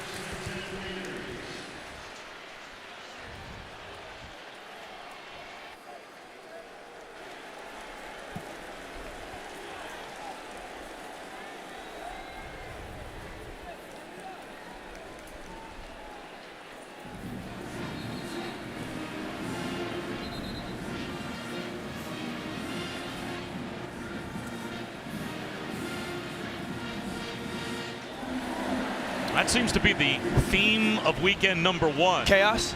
Chaos, and also great games. A handful of highly ranked teams avoiding upsets, winning by the skin of their teeth against teams you didn't think they had to worry about. Well, it might be the final play of the third quarter. Begins this drive with Richardson under pressure, unloads, underthrows Zipperer.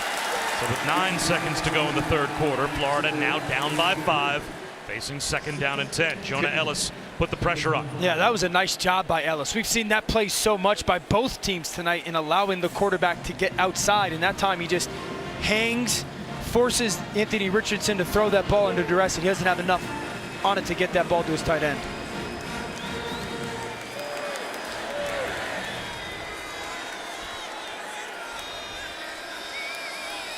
Too high, run the ball. Play action instead. Richardson fires one. Right up the seam, on time. That timing was perfect. And that'll be good for a first down to Pearsall. And that should end the quarter. A gain of 16. We head to the fourth quarter and the debut of Billy Napier. We'll see if that trust pays off in the final 15 minutes. A 5-point game as we head to the fourth. Welcome back to the SEC on ESPN. And welcome back to ESPN College Football presented by Subway. Set for the start of the fourth quarter here at the Swamp. Utah on top 19-14. Bob Wischusen here with Dan Orlovsky and Chris Budden. Anthony Richardson. Good field position to start the fourth quarter, 1st and 10 at his own 41. Montrell Johnson to midfield. He's got 11 yards. Another Gator first down.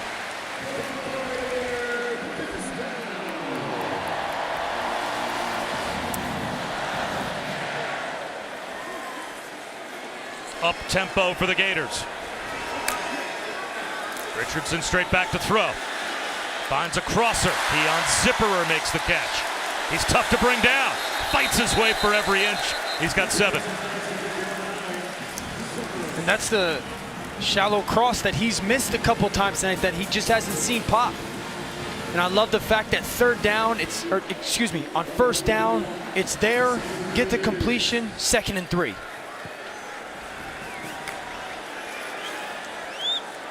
Montrell Johnson tackled after a gain of a yard. So now 3rd down and 2 to open up the fourth quarter. Connor O'Toole made the tackle. I think if you're Florida, you live in your run game here. Your offensive line has done a pretty good job tonight. You've run the ball for 180 yards. You got your big 220-pound back, Montrell Johnson, in there. The threat of Anthony Richardson being a runner on the perimeter. Go behind the right guard, Cyrus Torrance. They run a bunch set to the short side of the field. Spinning out of traffic is Montrell Johnson, and he's got the first down and more. All the way down to the 23-yard line. Look at 54, Cyrus Torrance. Push out with the tackle, climb up to the safety, Cole Bishop, and great vision by Johnson.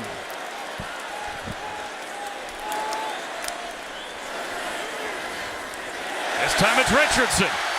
Makes a man miss. 9 yards. It'll be 2nd and 1. This is who you are offensively, Florida. Stay with, not the moment to get cute. This is your identity right now. Continue to lean on your offensive line and allow them to dent the line of scrimmage. Montrell Johnson again at the 5 into the end zone, walking free for a Gator touchdown. What a drive by Florida.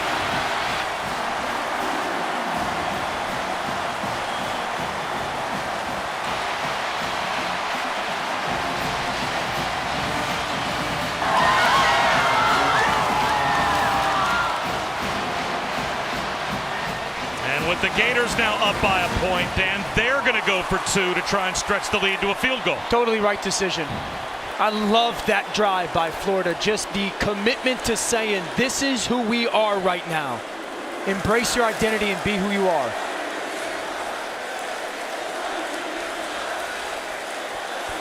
I still think run game's up here, Bob. I still believe that's who this offense is right now.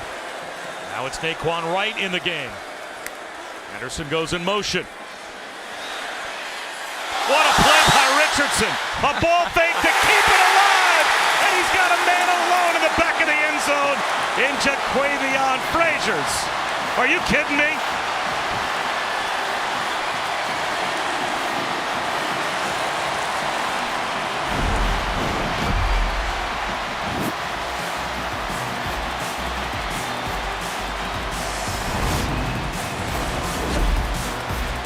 What a beautiful job by 15.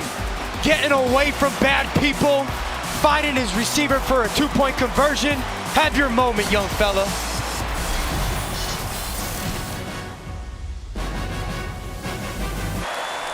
Early fourth quarter, and the Gators have a three-point lead. That last drive was the Anthony Richardson, Montrell Johnson show.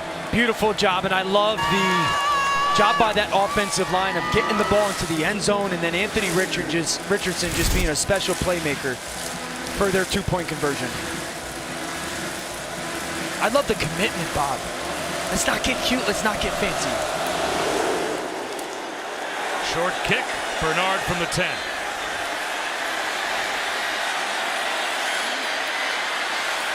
And he gets out to about the 27-yard line. How about another look at the touchdown?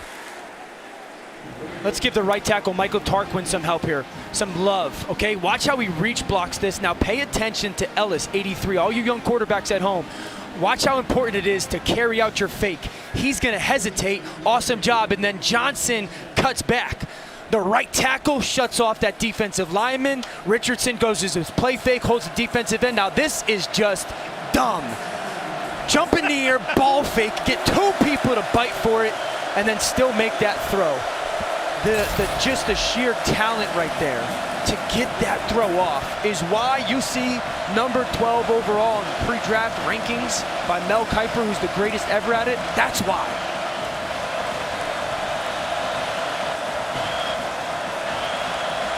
Now it's Cam Rising's turn again, down by 3. Tavion Thomas, the lone setback. He takes the handoff. He's breaking tackles. He's got a first down. 12-yard gain for Tavion Thomas. Oh, Dan, I thought there was a big question coming into this game. The heat and humidity. Yep. Would it wear down Utah? Or, as we got deeper into this game, would a thin Florida defense get worn down enough that just the physicality of Utah, if they had gas in the tank, would allow them to run the ball in the second half? Well, they have sent a message loud and clear what their game plan is going to be in the second half. It has been ground and pound. And the urgency by both offensive units, specifically their line. And here we are again with Tavion Thomas just getting a push for about 6 more. Well, tomorrow night, the Caesars Superdome in New Orleans, the backdrop for the only college football matchup on the schedule. Florida State, LSU, the All-State Louisiana kickoff at 7:30 Eastern, 4:30 Pacific on ABC, as well as on the ESPN app. Ryan Kelly making his Tigers debut, the 2-time EP Coach of the Year. And of course, took Notre Dame to a BCS National Championship game appearance as well.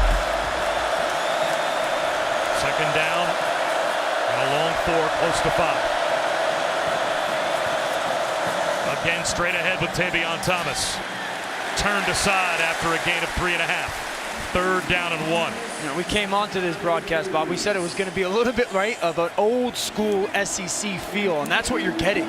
I mean, we're just getting big bodies, 6'7" guys across the line of scrimmage, and here we go. What offensive line can move the defensive line more on a consistent basis? Both units doing a nice job.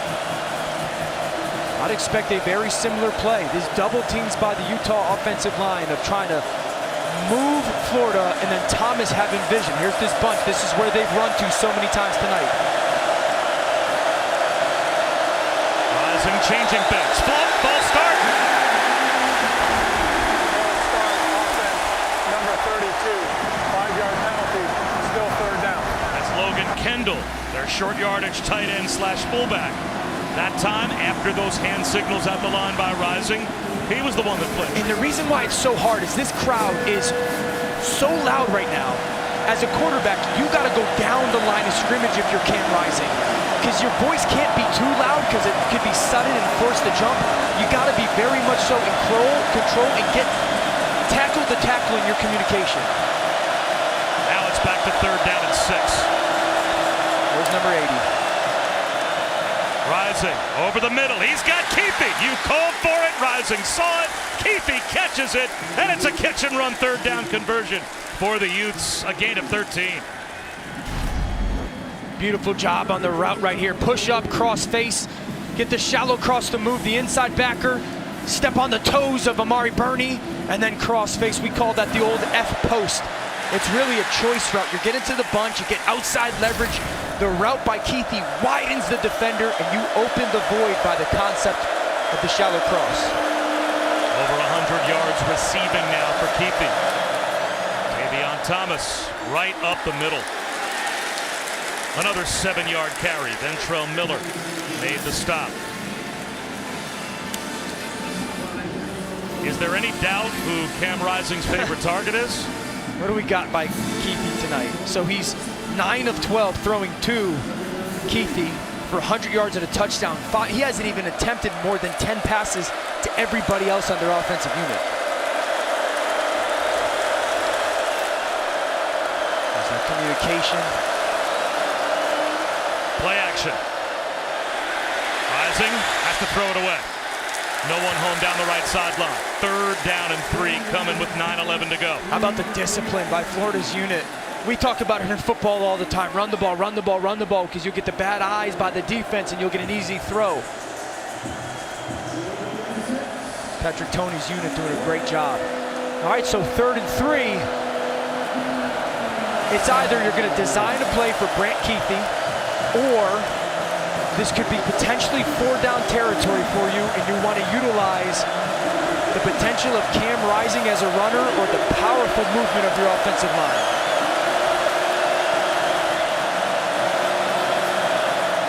And off Chris Curry.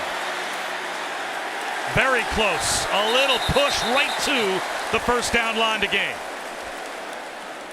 Ventrell Miller made the stop. The officials will run in, spot the ball, and it looks like he's got it. Bob, we call that play a counter play.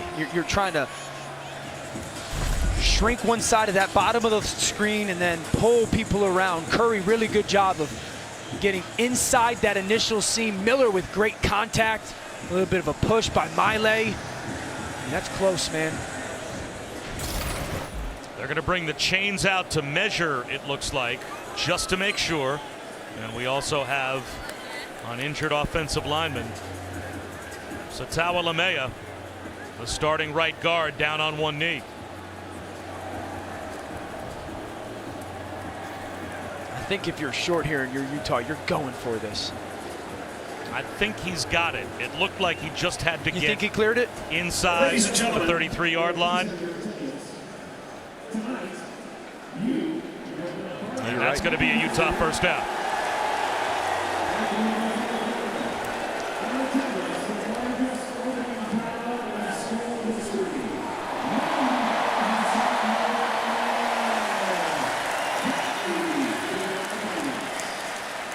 So with that brief injury timeout, gave both units a chance to get a breather and almost a free timeout on the sideline for the Utah offense. But they have a 1st down with 9 minutes to go at the Florida 33-yard line. Michael Mokafisi has now come in to replace, at least for a play, Satawa Lamea at right guard. Yeah, you probably feel better with the run game now. You probably feel a little bit better going to the left side behind a little bit more of a proven offensive lineman and a guy who's been playing in this game a bunch. Tavion Thomas back in. Bootleg out to the right. The catch made by Dalton Kincaid. 1st down and more into the red zone. All the way down to about the 14-yard line. They'll say he's down at the 13.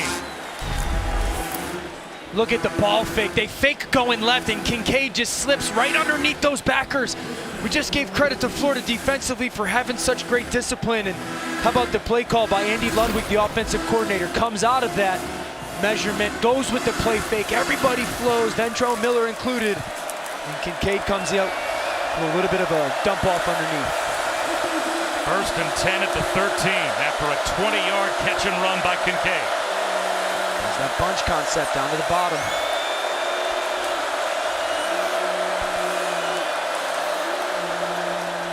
Thomas. Down to the 9-yard line. He picks up 4. And Dan, to me, this has been a really fun game to call. Not just because of how close it is and competitive it's been, but these two offenses are executing at a really high level, it seems, for an opening game against a good defense on both sides. No doubt. Credit Utah. Coming across the country, high expectations in an environment that they don't experience often, and they've stayed true to their identity. And credit Florida, who's in this rebuild situation, new head coach, and they've come out and absolutely swung everything they can at the number 7 team in the country. Hitch out to the right. Enos close to the first down. What ridiculous effort by Brenton Cox. A little face mask to face mask confrontation between Solomon Enos and Brenton Cox. He looks to be about a foot short of the first down. So 3rd down and less than 1 inside the 4, inside 7 minutes to go. Now, so there's 2 thoughts here. Do you want to do the counter, which takes a little bit more time in your pullers, your wrist penetration, or do you want to go with your duo stuff, which is shoulder pad to shoulder pad, a bunch of double teams off the left side of your offensive line? Davion Thomas off the left side, into the end zone as a Utah touchdown. What a response by the Utes.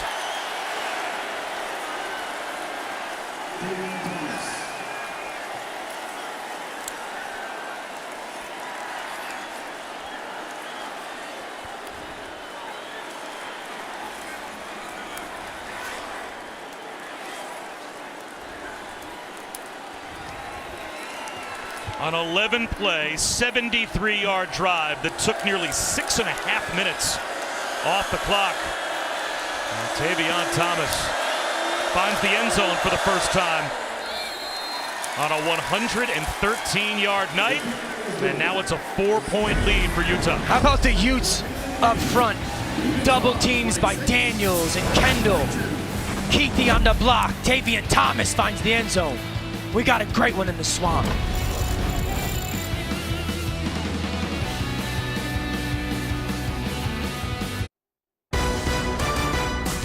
ESPN College Football Primetime is presented by Subway. Try the all-new Subway Series menu. Your pick of 12 irresistible subs. Well, who can forget the 2009 Sugar Bowl when Utah took out Alabama and the confetti fell? And certainly they were on the national map, Dan, at that point. But now Kyle Whittingham's team starts the season without surprising folks, without rising to the top of the rankings. They're ranked in the top 10 to begin the year. This is the highest preseason AP rank they've ever had. They're kind of a sexy pick to make the playoff. Absolutely. I think that Rose Bowl gave them a little bit of national respect as well versus Ohio State.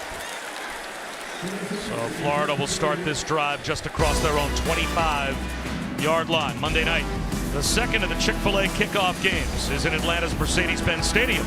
Clemson, Georgia Tech, the only game on Labor Day, and it's the 8 Eastern, 5 Pacific start on ESPN and the app. Coverage begins at 7 Eastern with College Football Countdown as we take a look at this week's college football rankings, brought to you by Verbo. Alabama with a statement game. Ohio State and Notre Dame closer than anyone would have expected, as Ohio State was a 17-point favorite in that game. And look what the Irish are doing. 6:22 to go in this one. Daquan Wright for 2 yards. So now Florida, if there's only one more score to be had, it has to be a touchdown. And you start to look at the clock and wonder, will they get the ball twice, or is this high noon for the Gators? Yeah, you go run your offense right now. You're not thinking about the clock so much. You want to continue to change your tempo up, continue to control the pace of the football game and stay on the attack. I will say this, the discipline by Utah's defensive ends on those zone reads is going to be paramount, because Richardson is getting close to pulling another one. Daquan Wright instead. And a very important 3rd down now. 3rd down and 4 coming up on 5.5 minutes to go. Perrene Reed made the stop. And this is a tough situation to sit here and say, we're going to go with our run game. You know, Anthony Richardson has missed some easier throws on some third downs tonight with some shallow crosses. You're anticipating Utah playing man-to-man. The guy that you've gone to so often tonight is Pearsall. Number 1, he is right here. Empty backfield, some confusion for Utah trying to get lined up with Naquan Wright at the bottom of your screen as a wide receiver. A swing pass instead to Henderson. A cutback. It looks like he's got the first down. By a half yard, he got across the 35. 2 things. Awesome job by Henderson of getting in the seam there, and great job by Pearsall blocking on the perimeter. Malone Mataele got him on the ground, but not before he picked up the first. Naquan Wright. You can hear the pads popping from up here after a gain of 2. What a moment for young Anthony Richardson to be in. It's your second start of your career. We've talked about how he has not played much. His right's got to pop off because his helmet comes off. This is where practice repetition. How many times has Billy Napier, their head coach, put him in these moments in practice so he can feel comfortable in these situations?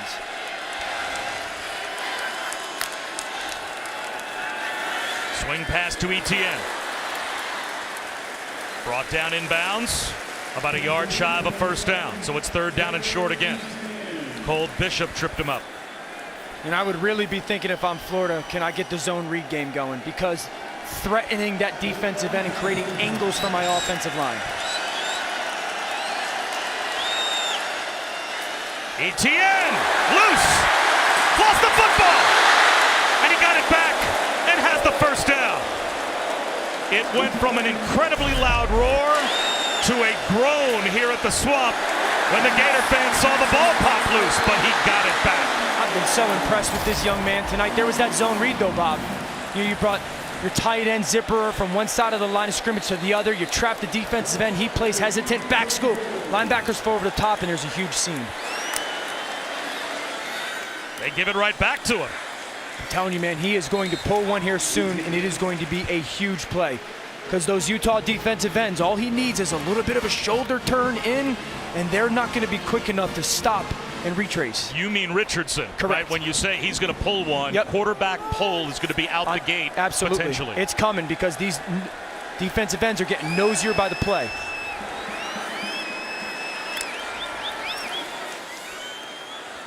Instead, it's a dive, this time to Montrell Johnson for about 1.5 yards. Miki Suta Aruga made the stop, and it brings up 3rd down at about 4.5. And we just saw a previous 3rd down, relatively same distance. They kicked the screen out there. That's the 3rd time they've done that. Utah's got to be ready for that situation. I think you're in 4-down territory if no negative yardage. Huge 3rd down here, 3rd and 5.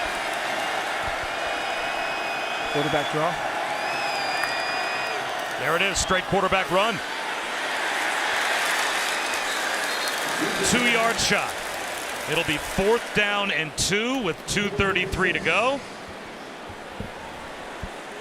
And the Gators, no doubt, will go for it down by 4. And you get in your formation here. I think it's again going to be a zone read type of play for Anthony Richardson. If you don't like the look by the defense, pop your timeout.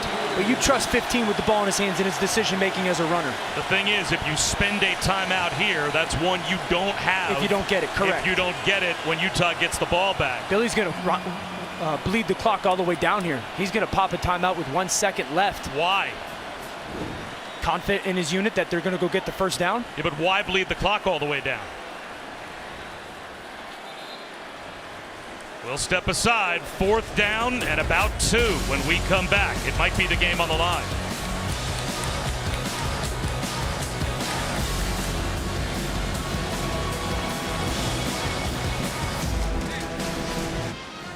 The game might be on the line on this next play. 4th down and 2 coming for Florida with 1:53 to go. And the interesting strategy employed by Billy Napier, as Dan, he took the clock all the way down as far as he could and popped the timeout.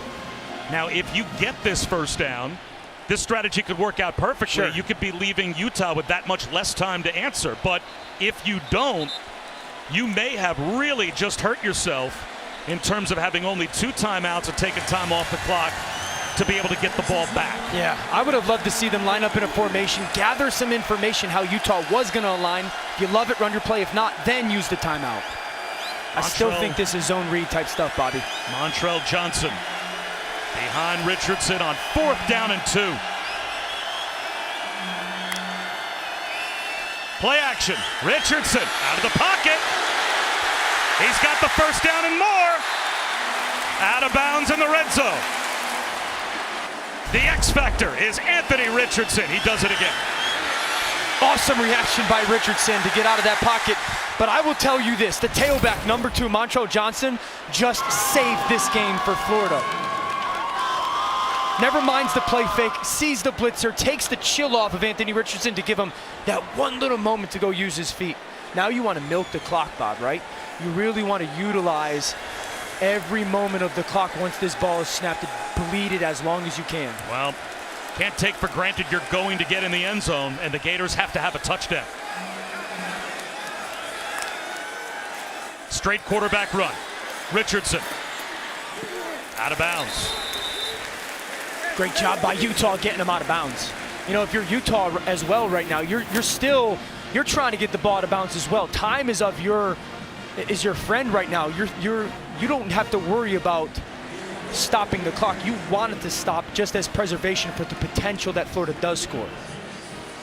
Richardson over 100 yards rushing.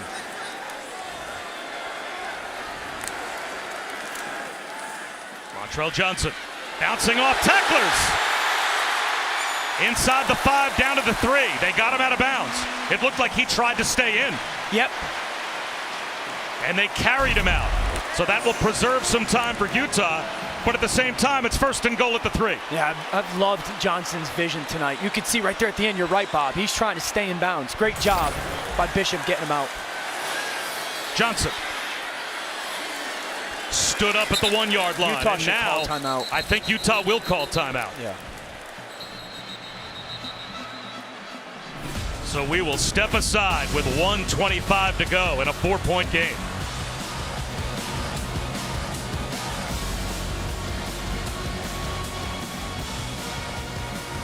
Back with a look at tonight's unbeatable performance, brought to you by Xfinity. Anthony Richardson has been special.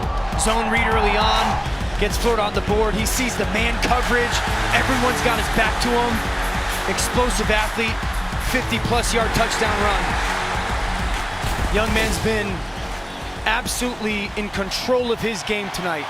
Has developed through this game as a passer and then as a threat as a runner. He's just been fantastic. I think he's been so good with his decision-making in the run game tonight. And I think you rely on that here, Bob.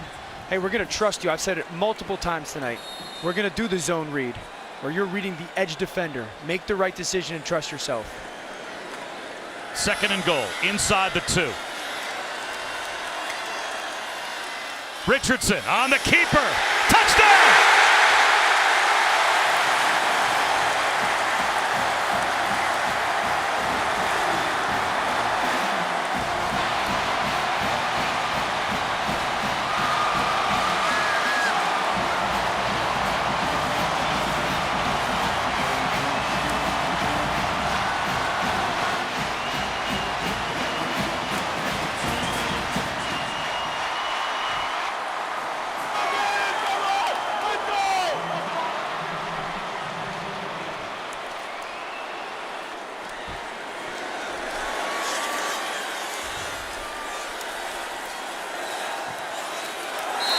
It's a 3-point lead for Florida. 3 rushing touchdowns for Anthony Richardson. And it's not over yet. It started on 4th down, right? Johnson picks up the pressure. Anthony Richardson tucks the ball again, utilizes his feet as a weapon. A huge conversion. And then how about this? Put the ball in the best player on the field's hands. Anthony Richardson does the beautiful job of reading the defense. In the first game in the swamp for head coach Billy Napier, he's got a chance to pull off an impressive upset. I'm going to say this, though. There's 85 seconds left in this game. Utah has a quarterback that is not scared of this moment. And they still have 2 timeouts for Cam Rising as well. So this game's a long way from over. Well, talk about a coming out party for Anthony Richardson. We wondered, and this was one of the biggest mysteries, all the talent in the world. Yeah. But now he takes over as the undoubted starter. Has he looked like a field general tonight or what? Yeah, I think the maturity has been the most impressive thing. We can rave about the talent all we want. What a cool moment for a young man who grew up in this town. But just the maturity in the moment has been impressive.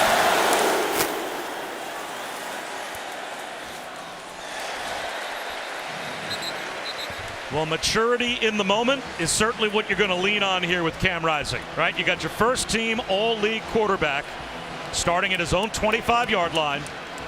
He's got 2 timeouts, and of course, college rules with the clock stopping on first downs. Plenty of time to get into field goal range. And I think that's the point. You got to get into field goal range, so it's important as a quarterback to know where do we have to get to as a bare minimum, coach, to give our kicker a chance. He's got that Cali cool vibe. It's going to be needed right now because this crowd is electric. And there goes Keithy in motion. He has been the go-to guy tonight. Rising out of the pocket to the sideline. Bailey, first down. Man, great job by that offensive line. Just hanging on their blocks. Rising just, we talked about that move in the pocket, and then Vele coming back to the football knowing your quarterback needs your help. Important here, Bob, as a quarterback, you just don't take any kind of sack.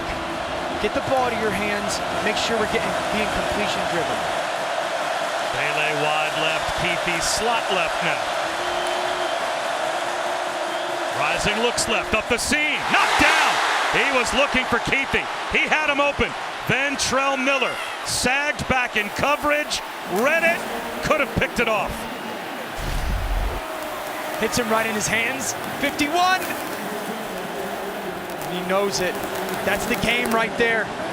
He can't believe he dropped that ball.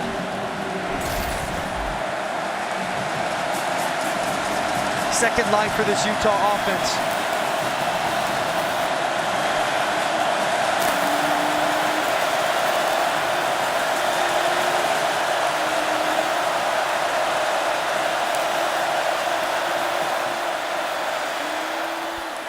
Catch and run.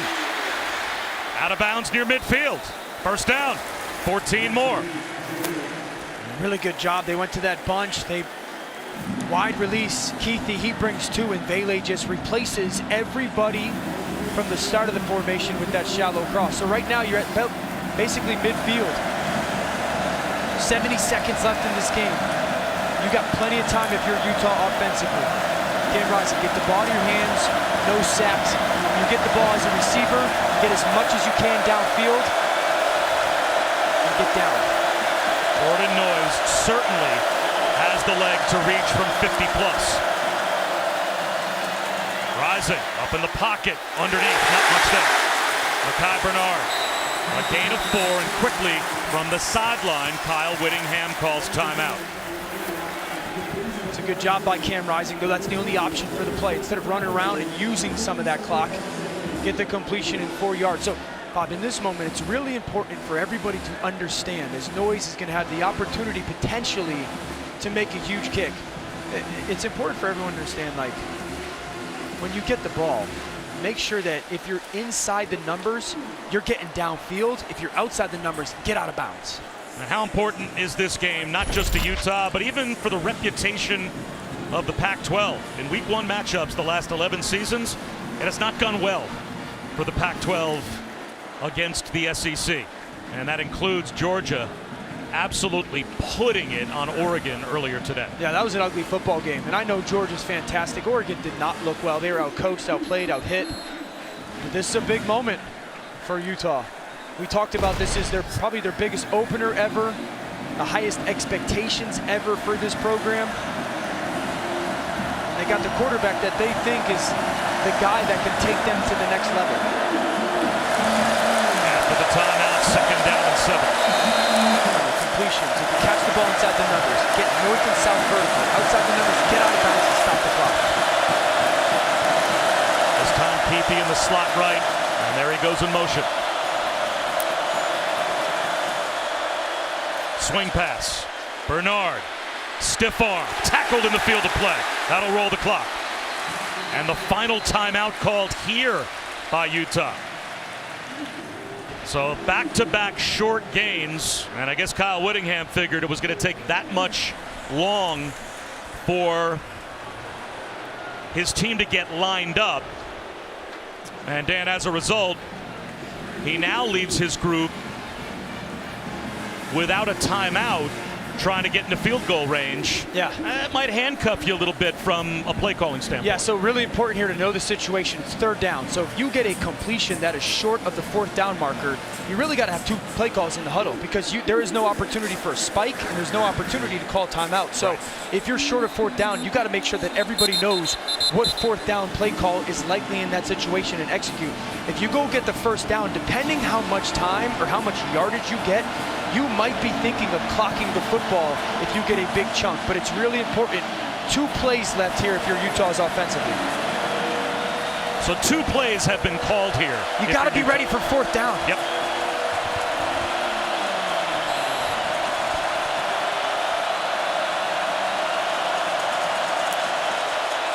Rising, looking downfield.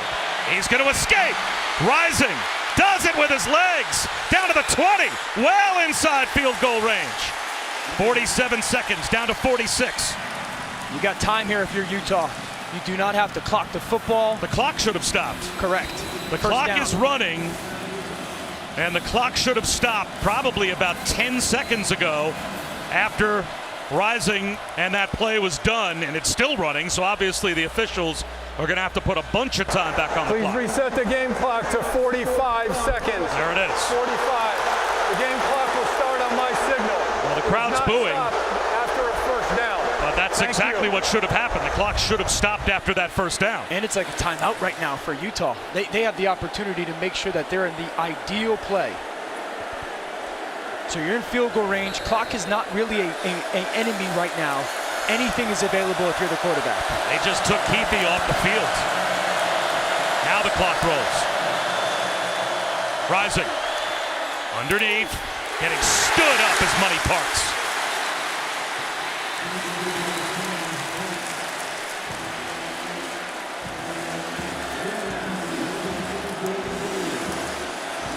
Tackle made by Devin Moore.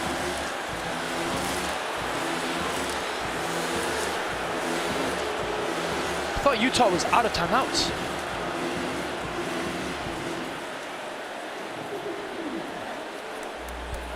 They had 2 timeouts when they started this drive, and they called back-to-back timeouts. Unless our count was wrong, they just got an extra. So it will be second down from the 15-yard line with 36 seconds to go. Earlier, apparently a timeout was granted back to Utah because a helmet popped off a player. That was not communicated to us. Wow. But they were given a timeout back and had one left we were unaware of. Okay, so 36 seconds, second down. Where's Keithy? Where's number 80? There's your 2 tight ends. Rising. Making the catch down to the 6-yard line is Dalton Kincaid. And now with under 30 seconds to go and the clock stopping, first and goal, Utah's in position to win this game without needing a field goal. And now a timeout will be called by a Gator defense that's on their heels. The second of the half.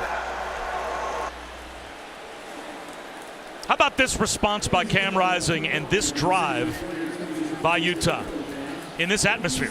Yeah, the composure by the quarterback, making sure that he's done an awesome job of taking the easy throw, getting it out of his hands. The scramble on third down was enormous. Coach Willingham has done an awesome job of managing the clock.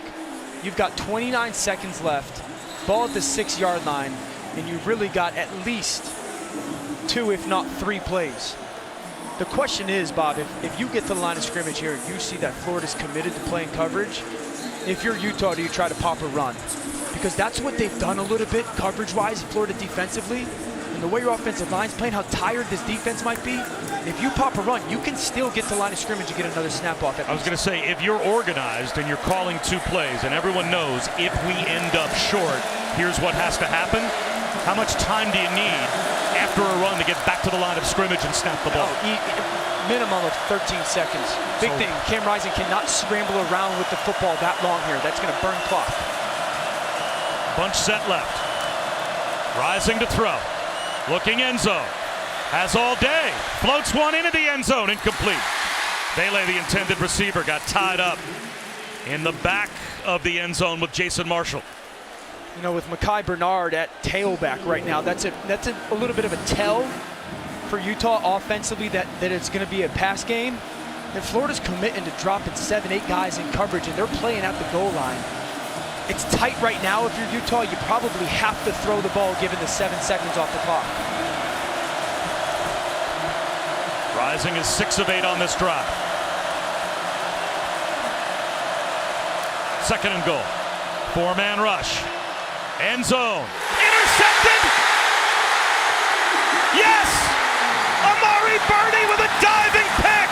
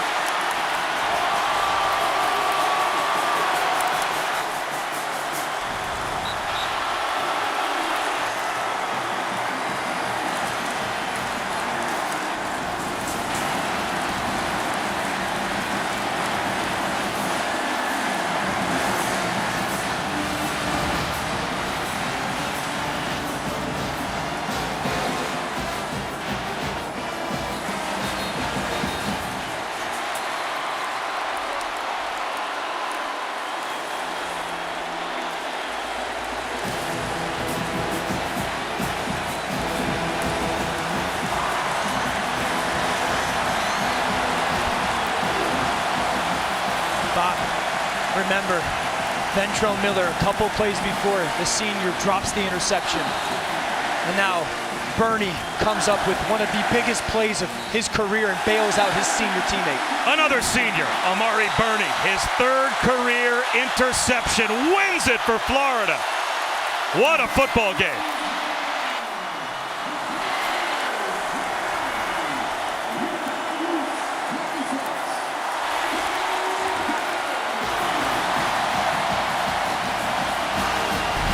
Another look. Look at Burney in between the hashes. Right with the vision, the trigger, the tight end falls down. Gets his hands underneath that ball. Just great awareness. I think he's trying to hit Kincaid on a stop route. You see him on the left side of your screen. I think he falls down. There's a little bit of contact. And Billy Napier, what a start for him. What a finish for the young man, Amari Burney, St. Petersburg, Florida. And what heartbreak for Utah and Cam Rising. Well within field goal range to possibly force overtime, and they end up on the short end. For Dan Orlovsky and Chris Budden, I'm Bob Wischusen saying so long from Gainesville. Time to head out to Corvallis, Oregon State, and Boise State. ESPN thanks you for watching this presentation of the Southeastern Conference.